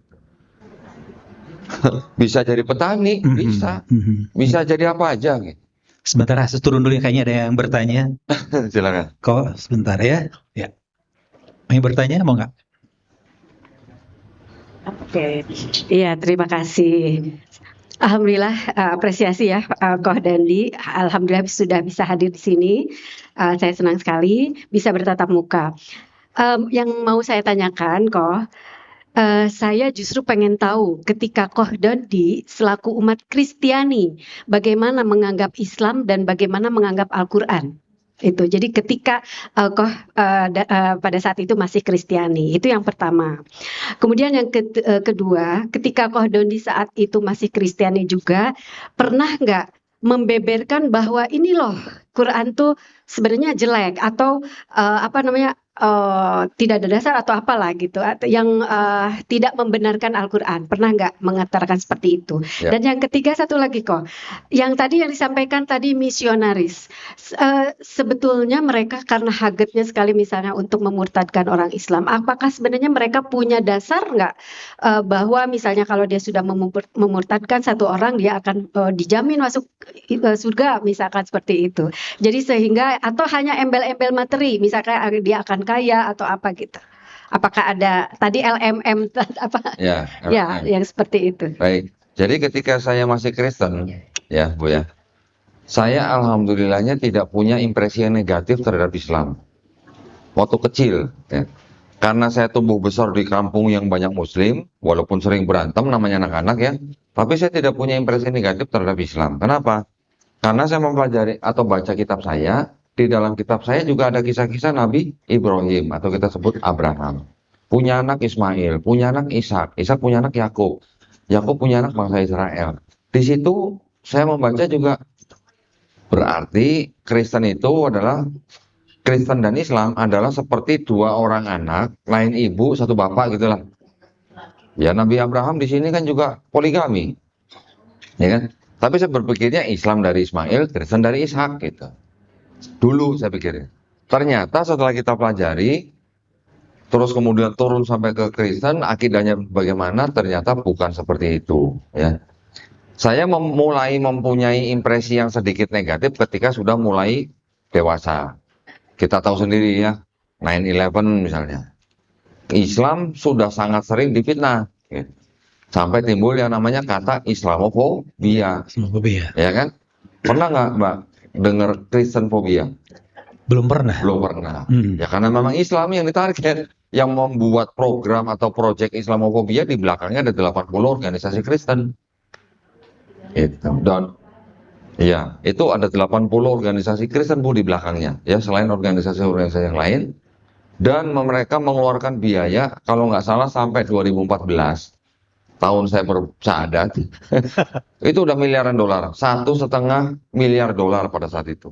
Bayangkan sekarang berapa, kita nggak tahu ya. Nah, yang kedua, apa tadi, ketika saya Kristen, Ya. apakah saya pernah membeberkan kesalahan Quran gitu ya? Saya waktu Kristen nggak pernah belajar Quran masalahnya. Ya, jadi saya kurang lebih bisa dibilang buta Quran ketika saya masih Kristen. Tapi ketika saya sudah mulai dapat bukti ini, baru saya mempelajari ulang ini, baru saya mulai mencari atau melihat agama-agama lain. Kristen artinya apa? Ternyata berasal dari gelarnya Yesus. Kristen itu dari kata Kristus. Kristus bahasa Indonesia, bahasa Inggrisnya Christ, bahasa Yunaninya Kristos, bahasa Ibraninya Mesias, bahasa Arabnya apa? Al-Masih. Jadi Kristus itu sama dengan Al-Masih. Berarti kalau gitu Kristen berasal dari gelarnya Yesus Kristus. Yesus gelarnya Kristus gitu. Sama seperti Isa gelarnya Al-Masih gitu. Ketika saya lihat Yahudi berasal dari nama anak keempat Nabi Yakub, Yehuda atau Yehuza gitu ya. Ketika Hindu, ternyata Hindu adalah nama tempat agama itu berasal di India, lembah Hindu. Buddha ternyata gelar daripada Siddhartha Gautama. Konghucu ternyata nama nabi daripada agama itu. Ya. Saya pelajarin kurang begitu cocok, tapi ketika saya cek Islam, baru tahu Islam ternyata bukan nama orang, bukan gelar orang, bukan nama tempat, tapi kata apa? Kata perintah. Disuruh berserah diri kepada kehendak Sang Pencipta. Usia berapa tuh? Itu udah 40-an. Waktu masih apa ya? Ya, kita merasa saya bisa punya ini karena kekuatan saya gitu. Saya dulu mikirnya begitu, ya. Kalau di Islam kita mungkin punya istilah istidraj gitu. Yes. Nah, Kan ya. Nabi Muhammad juga usia 40 ya. Ya, walau ya. Maksud saya nih, untuk saya nih. Jadi ketika saya mulai berpikir begitu, Hidayah ya. saya mendapatkan pemahaman tentang semua agama itu. Ketika di Islam kok artinya suruh berserah diri. Sebenarnya kata Islam itu bisa disamakan dengan arti ketika sebuah bangsa menaklukkan bangsa lain. Bangsa lain yang ditaklukkan oleh sebuah bangsa, dia harus berislam kepada bangsa yang menguasai. Artinya berislam, bangsa yang ini harus takluk, patuh, taat, tunduk, berserah diri kepada bangsa yang menguasai. Seperti itu kurang lebih sebenarnya. Dan kata Islam juga bisa dipakai dalam konteks itu gitu. Nah, kita sebagai manusia ada yang menciptakan, kita harus patuh, taat, tunduk kepada pencipta kita, ngikut kepada kehendak pencipta kita gitu. Cuman kan kitanya aja yang bandel gitu ya. Kadang disuruh begini, kitanya kesono gitu. Makanya kadang-kadang kita sering berdoa kok nggak dijawab-jawab gitu ya. Kira-kira kenapa? Karena kita tidak mau mengikuti kehendak pencipta kita. Kita maunya mengikuti kehendak kita gitu. Nah, terus pertanyaan ketiga tadi? Yang ketiga? Apa tadi? Ya, dasar hukum yang memang dia haget untuk memurtadkan orang Islam. Ya, itu tadi yang dibacakan di Matius 28:19. Ada perintah, karena itu pergilah, jadikanlah semua bangsa muridku, baptislah mereka dalam nama Bapa dan Putra dan Roh Kudus. Ada jaminan surga gitu enggak? Udah ada. Jadi ada ajaran, kalau kamu tidak percaya Yesus sebagai Tuhan dan Juru Selamat yang mati di atas kayu salib untuk menebus dosa kamu tidak akan selamat. Jadi orang Kristen harus mengakui Yesus sebagai Tuhan dan percaya bahwa dosanya sudah ditebus dengan matinya Yesus di atas kayu salib. Sudah ada jaminannya. Tapi dengan ilmu ini, ketika kita pelajari ayat yang tadi merintah untuk menjadikan semua bangsa muridku, itu ternyata ayat sisipan. Itu adalah ayat sisipan di abad kedua oleh gereja Romawi. Itu banyak sekali komentari-komentari dari ahli-ahli perjanjian baru sendiri yang mengatakan itu. Sebenarnya banyak sekali nih pertanyaan. Boleh satu lagi? Merambat banget. Boleh. Gini Pak Ustadz, saya penasaran juga sih, tadi justru Pak Koh ada dari apa non Islam menjadi Islam. Nah yang saya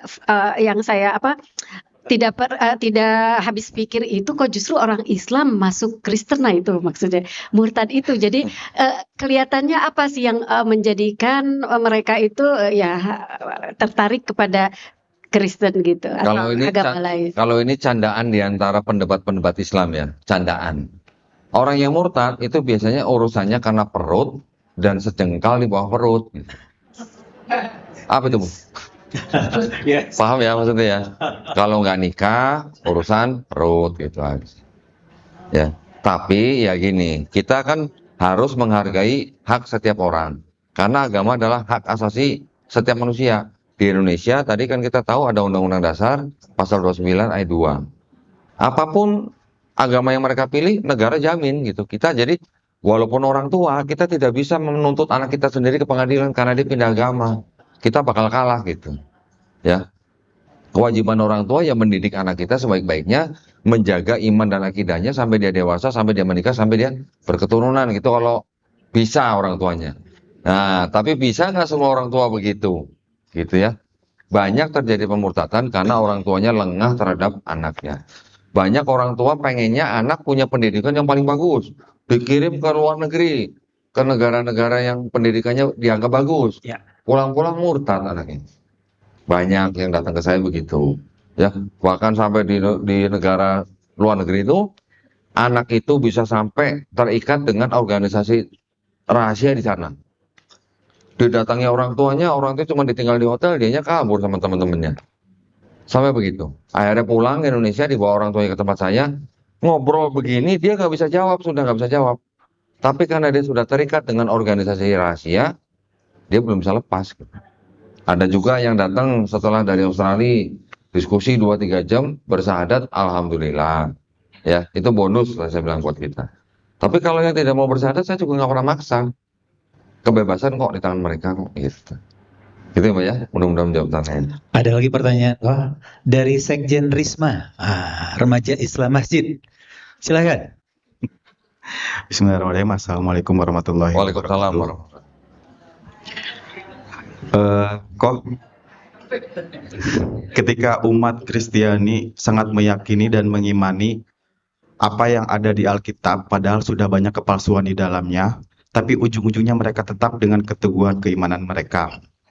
Menurut Kodondi, dalam sudut pandang sebagai mu'alaf, perlu hal apa aja bagi kita sebagai umat muslim yang beragama Islam, yang sangat jelas dengan kitab suci Al-Quran tanpa kepalsuan, tapi kita masih lalai dalam melaksanakan perintah Allah.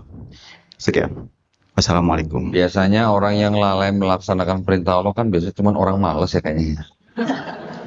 Betul nggak Bu? Betul. Nah sudah, berarti jawabannya itu. Dan orang yang bisa melalaikan perintah Allah itu biasanya orang yang tidak memahami hikmah atau makna di balik perintah itu gitu. Contoh, kita punya anak kecil. Nah, makan ya nak ya gitu. Ibarat ngomong kasarnya, kalau nggak makan mati gitu. Ibaratnya begitu. Allah turunkan perintah. Manusia wajib sholat. Manusia yang diperintah sholat, dia belum memahami secara utuh makna dan tujuan daripada sholat tersebut. Dia menganggap enteng, dia meninggalkan sholat. Kalau dia paham, kalau dia tahu sholat itu berguna buat tubuh kita, malu kalau kita nggak ngelaksanain gitu. Sama seperti kita seperti anak kecil yang diperintahkan oleh orang tua kita gitu. Sekurang lebih begitu. Begitu juga puasa. Begitu juga zakat. Kalau haji kan kalau mampu aja gitu kan. Tapi yang sholat, zakat, puasanya kan nggak ada syarat dan ketentuan berlaku. Ya kan? Kalau kitanya punya punya uzur yang syar'i, baru ada solusinya apa. Oh lagi sakit, nggak bisa sholat seperti orang lain, bisa dengan kondisi yang misalnya duduk atau tiduran. Begitu juga misalnya yang lain puasa, ada halangan apa yang syar'i, ada solusinya apa. Tapi itu ada uzur. Tapi kalau nggak ada uzur, kita kan nggak ada alasan untuk meninggalkan gitu. Kalau alasan kita meninggalkan, berarti kita sudah tidak mau menjadi orang bertakwa. Judul itu begitu sih sebenarnya. Simpel sebenarnya. Banyak orang ateis dari Islam. Kenapa? Tanya, malas sholat. Itu doang paling judulnya. Nah, kita sering mungkin tidak sadar di antara teman-teman kita, bahkan yang Islam sekalipun, mereka mengaku Islam, tapi tidak melaksanakan perintah daripada Allah SWT. Mereka nggak tahu resikonya gitu. Kita kan ibu-ibu notaris nih, saya pengusaha juga, saya tahu yang namanya manajemen resiko. Kita mau milih resiko yang tinggi atau resiko yang rendah, Pak? Ya Bu, yang rendah ya Bu ya. Untungnya setinggi-tingginya Bu ya, resikonya serendah-rendahnya, kan begitu Bu. Ketika kita melaksanakan perintah daripada Allah SWT, sepanjang hidup kita laksanakan, ternyata kita mati, bener, ternyata nanti kita mati ada hisapnya. Di sisi lain, orang yang malas melaksanakan, dia tidak percaya, itu digampangin, itu istilahnya, ditinggalkan. Sepanjang hidupnya tidak melaksanakan perintahnya, ketika mati ternyata ada hisap. Risikonya tinggian mana atau kecilan mana? Lebih aman yang melaksanakan atau lebih aman yang tidak melaksanakan, kan gitu. Itu saya bisa bandingkan juga dengan orang ateis. Saya dulu sering berdebat dengan orang ateis, ya. Walaupun mereka apa istilahnya berasal dari kalangan akademis atau dari kalangan sains, mereka mengakui bahwa tidak mungkin Nabi Muhammad SAW mengarang ayat-ayat yang berhubungan dengan sains dalam Quran 1400 tahun yang lalu. Masalahnya bukan masalah yang rumit gitu. Masalahnya karena pada zaman itu belum ada mikroskop, belum ada teleskop, belum ada alat selam, belum ada alat sensor dan sebagainya. Jadi mustahil manusia pada zaman Nabi Muhammad SAW bisa mengarang ayat seperti itu yang ternyata dibenarkan oleh sains zaman sekarang. Tetapi ketika kita bicara bahwa di dalam Quran itu sudah ada perintah yang ternyata baik ya buat kita ya gitu. Kita mau alasan apa gitu, kita nggak mau gitu. Sama seperti anak kecil yang pada saat kita nggak tahu tujuannya kita dikasih makan, kita bisa celaka gitu. Kurang lebih gitu Mas. Ya Mas ya, semoga menjawab pertanyaannya. Alhamdulillah, cukup ya? Oke. Oh boleh. Silakan. Ada satu lagi. Luar biasa. Dari tadi menyimak tidak sampai berkedip sepertinya ini kok. Ini namanya ngefans banget atau memang senang dengan temanya ini Bu? Senang aja dengan temanya. Langsung berdiri saja. Kenalkan dulu namanya. Langsung. Nama saya Ibu Endeh dari Purwakarta. Oh iya. Begini Ko Dondi tadi sedikit menyinggung mengenai yang ateis tadi.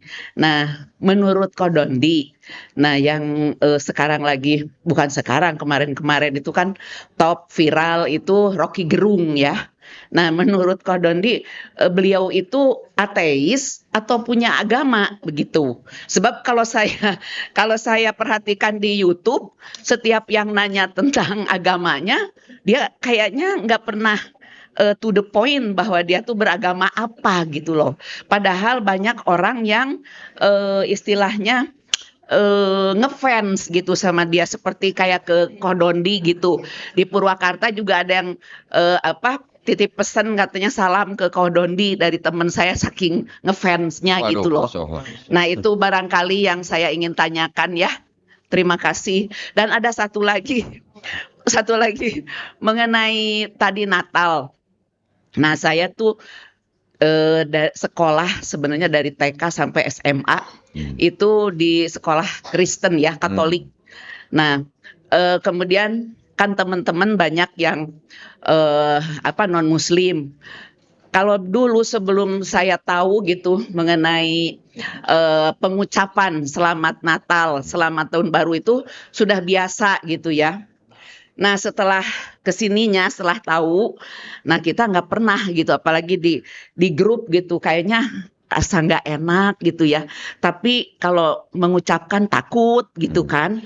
Nah saya ingin bertanya, ada yang beragama Muslim tapi mengucapkan dengan kata-kata Selamat Hari Natal dan Tahun Baru untuk yang merayakan. Nah, seperti itu, apakah itu kata-kata untuk merayakan itu secara menurut Kodondi gitu ya, Akidah. boleh atau tidak gitu. Terima kasih, 2 pertanyaan itu saja.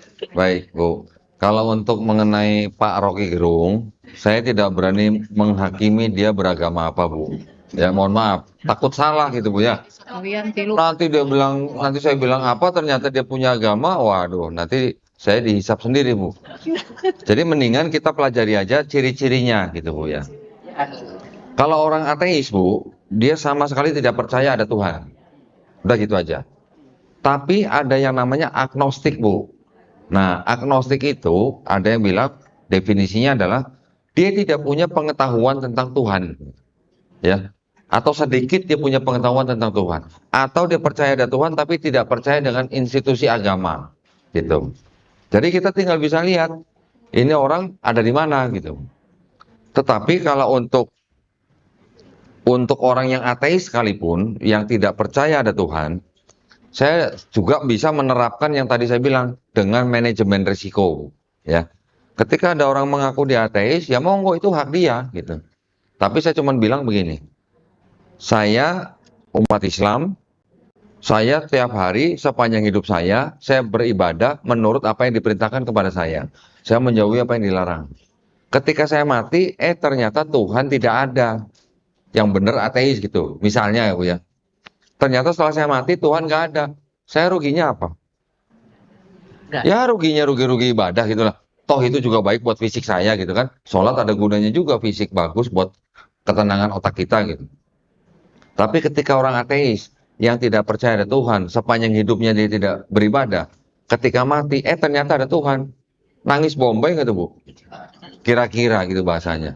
Dia akan menyesal seumur hidup, minta dikembalikan jadi manusia lagi. Jadi resikonya orang Islam dengan resikonya orang ateis jauh lebih kecil orang Islam gitu. Ya sudah, silakan kita jalankan resiko kita masing-masing gitu ya. Saya tidak berani menilai Pak Rocky Gerung agama apa, saya tidak berani Bu ya, mohon maaf, takut salah gitu ya.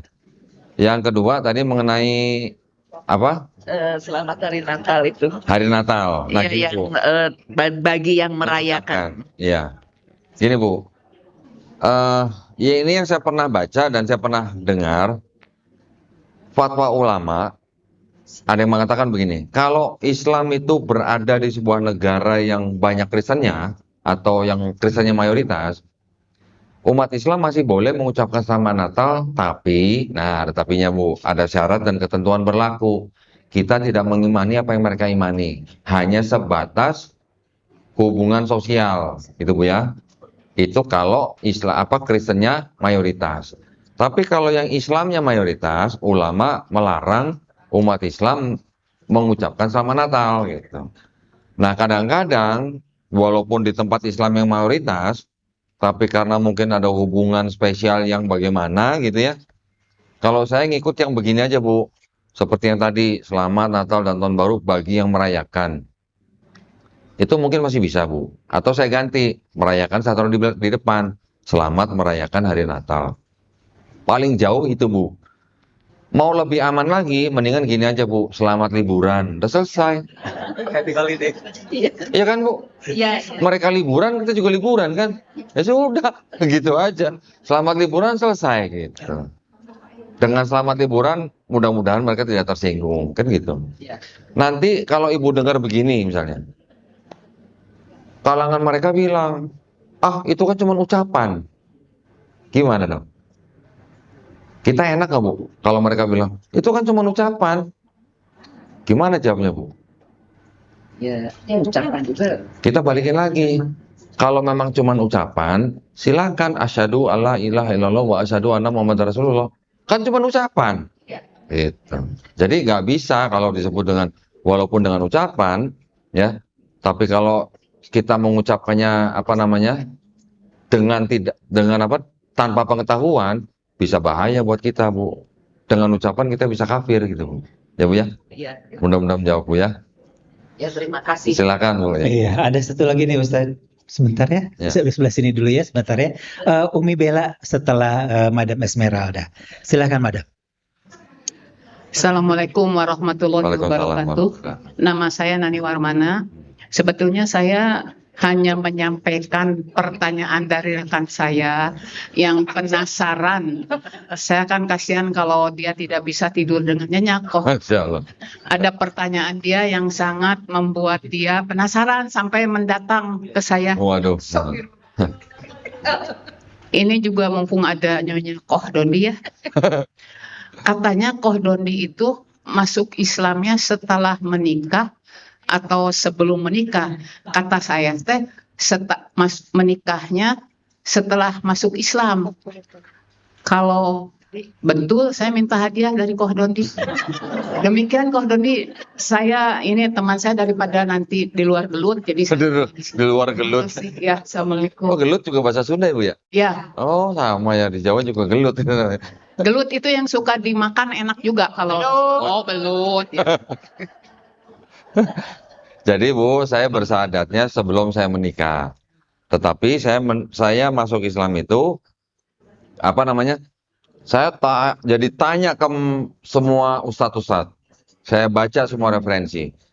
Ketika suami istri, salah satu suami atau istri ini masuk Islam, hukumnya bagaimana? Ya, Cina. itu ada semacam kayak bisa dikatakan jarak lah, periode lah Bu ya, masa idah. Ya. Ketika masa itu udah lewat, tetap salah satu tidak masuk Islam, secara Islam hukum nikahnya sudah batal. Kalau diteruskan menjadi zina. Kalau diteruskan lagi menjadi fasik gitu. Saya udah tanya semuanya memang begitu. Jadi akhirnya setelah saya menikah, ya sudah. Saya juga mengajak dulu ya, istilahnya yang mantan istri saya yang dulu. Dia juga udah nggak bisa jawab apa yang saya tanyain dari kitab dia gitu. Tapi ya karena memang sudah tidak mau menjemput hidayah, ya sudah. Akhirnya kami pisah, baru saya menikah lagi dengan yang ini. Gitu Bu. Dapat hadiah Bu ya berarti? Dapat, alhamdulillah. Satu lagi katanya kok. Nambah. Iya, biar dapat 2 hadiahnya. Ada masalah. Usia waktu kembali ke Terlahir kembali menjadi Islam. ya fitrah, usia berapa tahun? 44 Bu. 44 ya. Alhamdulillah. Ada. Tapi sebenarnya gini Bu ya, 7 tahun sebelum saya masuk Islam, papa saya udah masuk Islam duluan Bu. Papa saya memang sudah berpisah dengan mama saya ya. 7 tahun sebelum saya masuk Islam, tiba-tiba papa saya masuk Islam. Papa saya dari mudanya Konghucu, ketika pindah ke Jakarta jadi Kristen, bahkan sudah bisa khotbah di persekutuan doa gitu Bu. Tiba-tiba masuk Islam. Saya kan juga mikirnya, oh cuman mungkin karena pergaulan gitu lah. Ketika saya masuk Islam, malah papa saya lagi goyang imannya, pengen balik lagi ke Kristen. Jadi akhirnya saya bicara 4 mata sama papa saya tunjukin juga apa yang saya tahu. Alhamdulillah nggak jadi balik gitu. Iya, alhamdulillah. Alhamdulillah. Gitu Bu. Dek Pupi, oh lagi sibuk itu. Mangga silahkan. Iya, ini Umi Bella nih Ustadz. Assalamualaikum. Waalaikumsalam. Pak Ustadz, pertanyaan saya nggak begitu jauh dengan Bu Ende. Tadi yang menanyakan pengucapan Selamat Natal. Nah, yang mau saya tanyakan, pengucapan Selamat Ulang Tahun. Ada yang sebagian mengatakan tidak boleh. Menurut Ustadz, bagaimana? Makasih. Sebenarnya gini Bu, yang mengatakan tidak boleh itu sebenarnya juga berangkatnya dari kehati-hatian Bu, ya, karena tradisi ulang tahun, apalagi sampai tiup lilin, itu memang berasal dari bangsa yang paganisme Bu, ya. Orang-orang paganisme adalah orang-orang yang menyembah dewa-dewa. Gitu. Jadi tradisi ulang tahun, apalagi sampai tiup lilin, itu memang tradisi dari sana. Ulama-ulama kita yang melarang mengucapkan selamat ulang tahun itu hanya berangkat dari sikap kehati-hatian saja. Okay? Sekarang kan ucapan-ucapan di dalam Islam juga bagus-bagus Bu. Ketika ada ulang tahun kita ucapkan barakallahu fikum. Itu artinya kalau kita cari tahu Bu, bagus banget artinya. Apalagi kalau kita ucapkan apa? Hayyakallah. Pernah dengar Bu? Iya. Hayyakallah pernah dengar? Bukan hayya gitu, bukan Bu ya.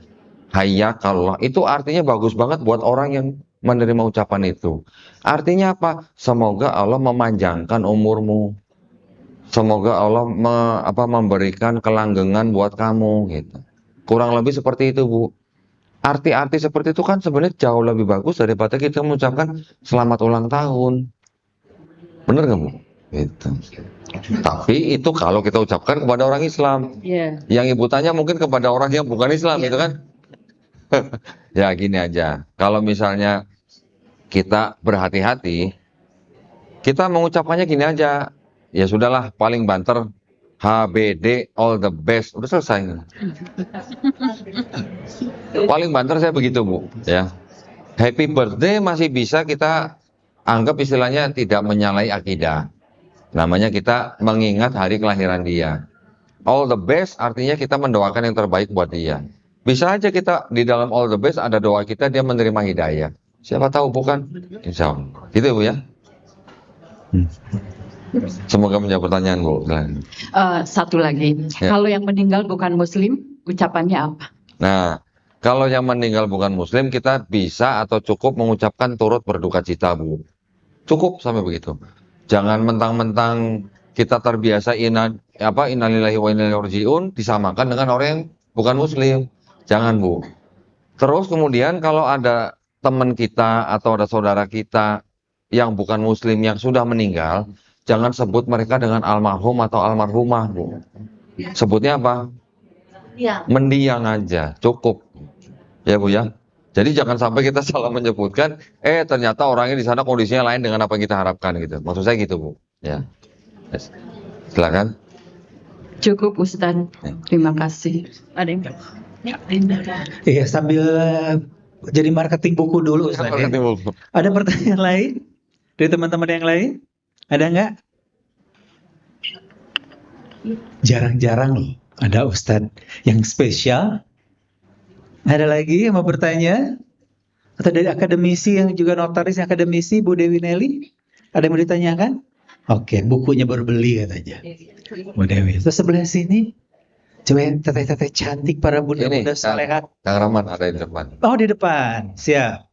Punten. Waalaikumsalam. Mungkin pakai mic. Ibu MC. Biar suaranya masuk YouTube. Assalamualaikum Ustaz. Saya Desi, izin bertanya. Jadi memang yang belajar teologi itu kan mereka disuruh mengambil murtad mengambil orang Islam yang pindah ke agama gitu ya. Cara-caranya itu banyak ya Ustaz ya, bisa lewat misalnya pernikahan, bisa lewat sembako atau hal yang lain. Sebenarnya goals mereka itu untuk mengambil orang Islam untuk pindah agama itu seperti apa sebenarnya apa ya Ustaz ya? Karena sepertinya mereka dituntut untuk itu. Ya itu aja mungkin ya Ustaz ya. Jadi memang kalau dilihat dari sisi kitabnya mereka memang ada perintahnya. Jadi ketika mereka bilang atau mereka menganggap di kitab mereka ada perintah, ya mereka harus jalankan sesuai dengan perintah di dalam kitabnya. Gereja pun juga begitu.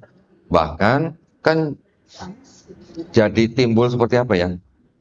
Ketika pada zaman-zaman abad-abad mungkin 9, 10, 11, 12 gitulah. Gereja pada saat itu bisa jadi punya yang namanya power yang tidak bisa dibantah. Negara-negara di Eropa semuanya tunduk dengan Vatikan. Vatikan bilang perang-perang gitu. Ya, kita ingat perang salib lah. Yang memerintahkan bangsa Eropa perang itu Vatikan gitu. Roma gitu maksudnya. Jadi bisa dikatakan ya satu untuk menjadi berkuasa. Berkuasa itu dalam arti wilayah gitu. Karena juga begini, mereka menggunakan ayat itu, kita ingat ketika perang salib sudah berakhir, kita bisa lihat bahwa pihak Kristen itu bisa dibilang kalah. Setelah kalah, selang sekian ratus tahun, mereka bisa mengalahkan Spanyol.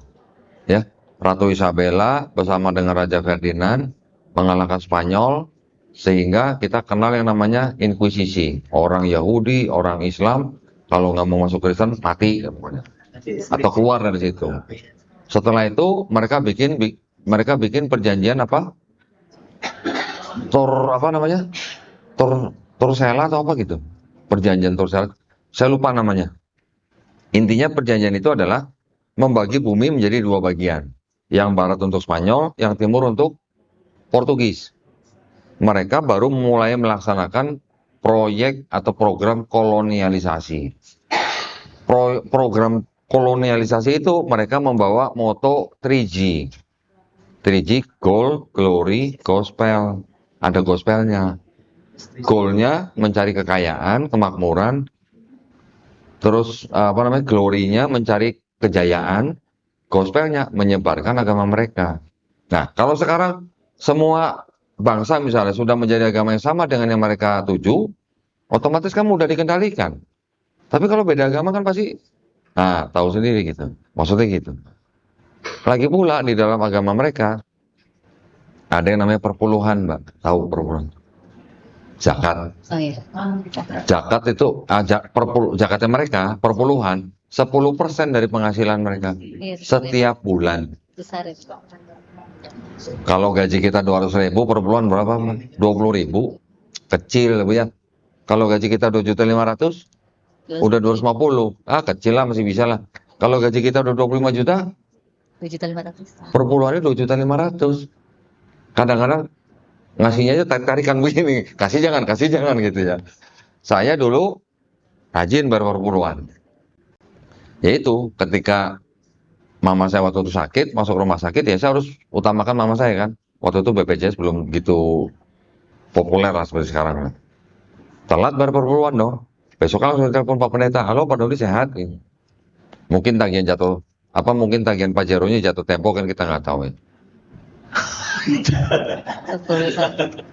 Ya jadi ya kalau ditanya kenapa, tujuan apa mereka, ya macam-macam Mbak ya, dari kekuasaan dan segala macam. Juga sisi ekonomi juga ada gitu. Di Italia sendiri, ini saya dengar dari teman saya di sana. Kan Italia itu kan sekarang hampir kebanyakan orang-orang di Italia itu sudah jadi ateis gitu. Yang ke gereja masih ada nggak? Masih, tapi hanya orang tua dan imigran-imigran gitu. Orang-orang yang produktif mau udah nggak ada yang ke gereja. Rata-rata udah jadi ateis. Dulu mereka protes. Beberapa tahun yang lalu mereka protes, mereka tidak mau lagi penghasilannya dipotong dan dibayar kepada Vatikan. Dulu setiap bulan mereka penghasilannya dipotong buat Vatikan setiap bulan. Padahal Vatikan itu kan negara di dalam negara gitu, Italia. Tapi yang Italinya setiap warga negaranya dipotong penghasilannya untuk Vatikan yang kecil gitu. Ya untuk apa? Ya untuk salah satunya untuk kristenisasi gitu. Gitu Mbak ya. Lagi silakan Bu.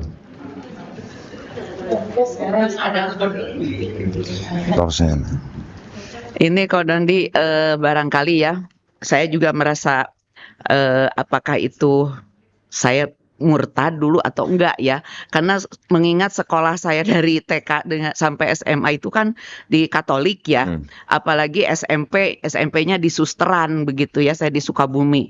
Nah itu padahal saya sama orang tua disekolahkan agama juga, sekolah agama di tempat saya gitu ya. Nah, sering juga saya berdebat dengan suster tentang perjanjian lama, karena suka di pelajaran budi pekerti itu kita diajari tentang perjanjian lama, di mana banyak kesamaan-kesamaan di situ yang saya tahu. Tapi ada juga perbedaan, seperti anaknya Nabi Ibrahim, mereka mengatakan Ishak nomor 1. Kalau di kita kan Ismail. Nah, saya dari Siti Sarah itu kan. Nah, mereka dari Siti Hajar. Kalau dari Siti Sarah menurut mereka itu anak pertama Ishak. Nah, itu saya sering bertentangan dengan suster mengenai itu. Ya akhirnya ya kan menurut agama kamu begitu katanya.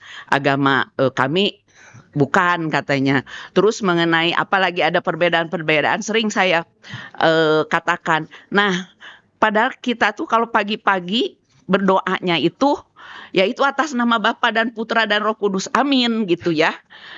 Bapa kami yang ada di surga gitu kan. Nah, seperti itu. Tapi saya sholat di rumah. Nah itu karena tidak tahu ya, ketidaktahuan apakah bisa istilahnya karena belum tahu seperti itu ya.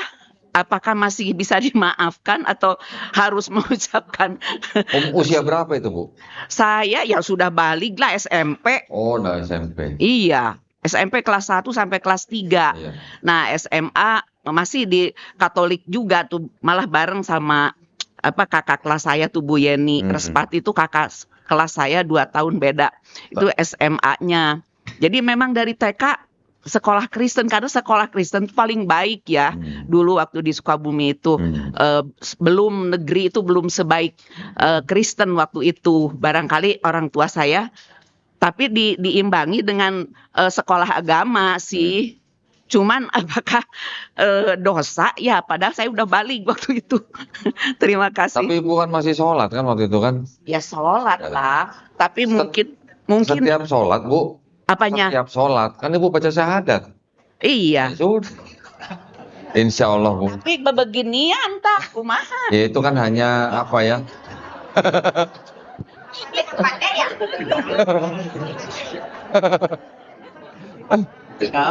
Ibu kan bisa dikatakan kan itu karena aturan sekolah gitu kan. Makanya gini. Orang tua kita kan memang pada zaman dulu mungkin 10-20 tahun yang lalu masih berpikiran bahwa sekolah Katolik jauh lebih bagus daripada sekolah yang lain, ya kan? Itu juga kan sebenarnya menempatkan anak-anaknya pada resiko yang tinggi, Bu. Iya kan? Walaupun anak-anak itu tetap sholat, tetap ngaji, tapi ya itu suruh begini dan segala macam. Ya itu kan bisa terbawa sampai dewasa gitu, Bu. Ya kan? Apalagi kalau misalnya ada doa-doa tertentu gitu. Tadi Ibu bilang kayak doa Bapa Kami. Ya kalau mau dikatakan orang dewasa yang mengatakan itu, apalagi dia udah nggak sholat, bisa disebut sebagai orang murtad. Tapi kan Ibu kan hanya melakukan apa yang diperintahkan sekolah, tapi Ibu sholatnya kan tetap jalan gitu. Nah setiap sholat kan kita syahadat, Bu. Nah itu gitu ya. Jangan terlalu ini, Bu. Insya Allah, Bu. Bahkan kan Allah Subhanahu Wa Taala sendiri mengatakan apa istilahnya? Memberikan wahyu kepada Nabi Muhammad SAW bahwa sebaik-baiknya manusia adalah manusia yang bertobat. Sudah, setiap hari kan kita bertobat, Bu. Setiap dari sholat ke sholat yang berikutnya ini kan kita bertobat. Iya, ya Bu ya, Insya Allah, Bu. Silakan. Iya, mati. Dalam.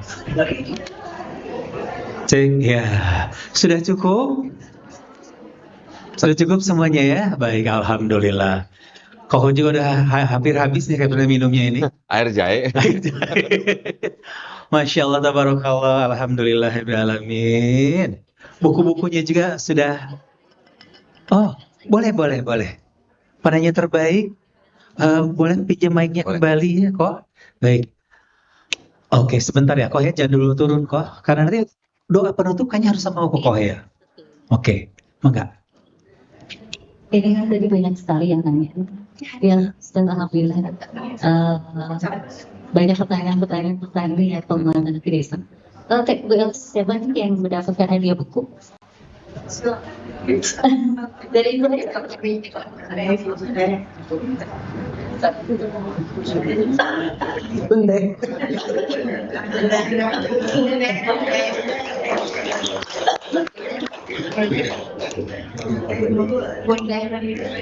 Satu lagi.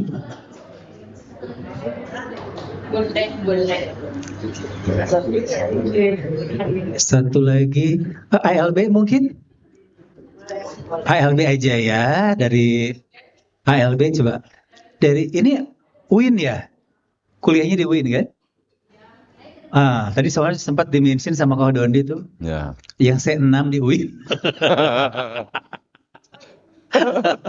Ini benar-beneran ya loh kok. Jadi begitu aku tahu ada C1 sampai C6, itu betul menohok banget gitu loh. Waspada aja. Iya, sampai segitunya. Iya. Dan ini adalah buku karya cipta dari Kak Dondi. Luar biasa nih, laku keras. Ini pesanan Bu Elis habis loh, Bu Elis yang pesan 10. Nanti kita pesan lagi aja ya. Nanti kita pesan lagi. Satu lagi dari ALB. Ini dari Sekjen, Sekretaris Jenderal Risma Remaja Islam Masjid. Iya. Difoto sama Umi Bella. Ya. Yang selamat untuk 2 penanya terbaik.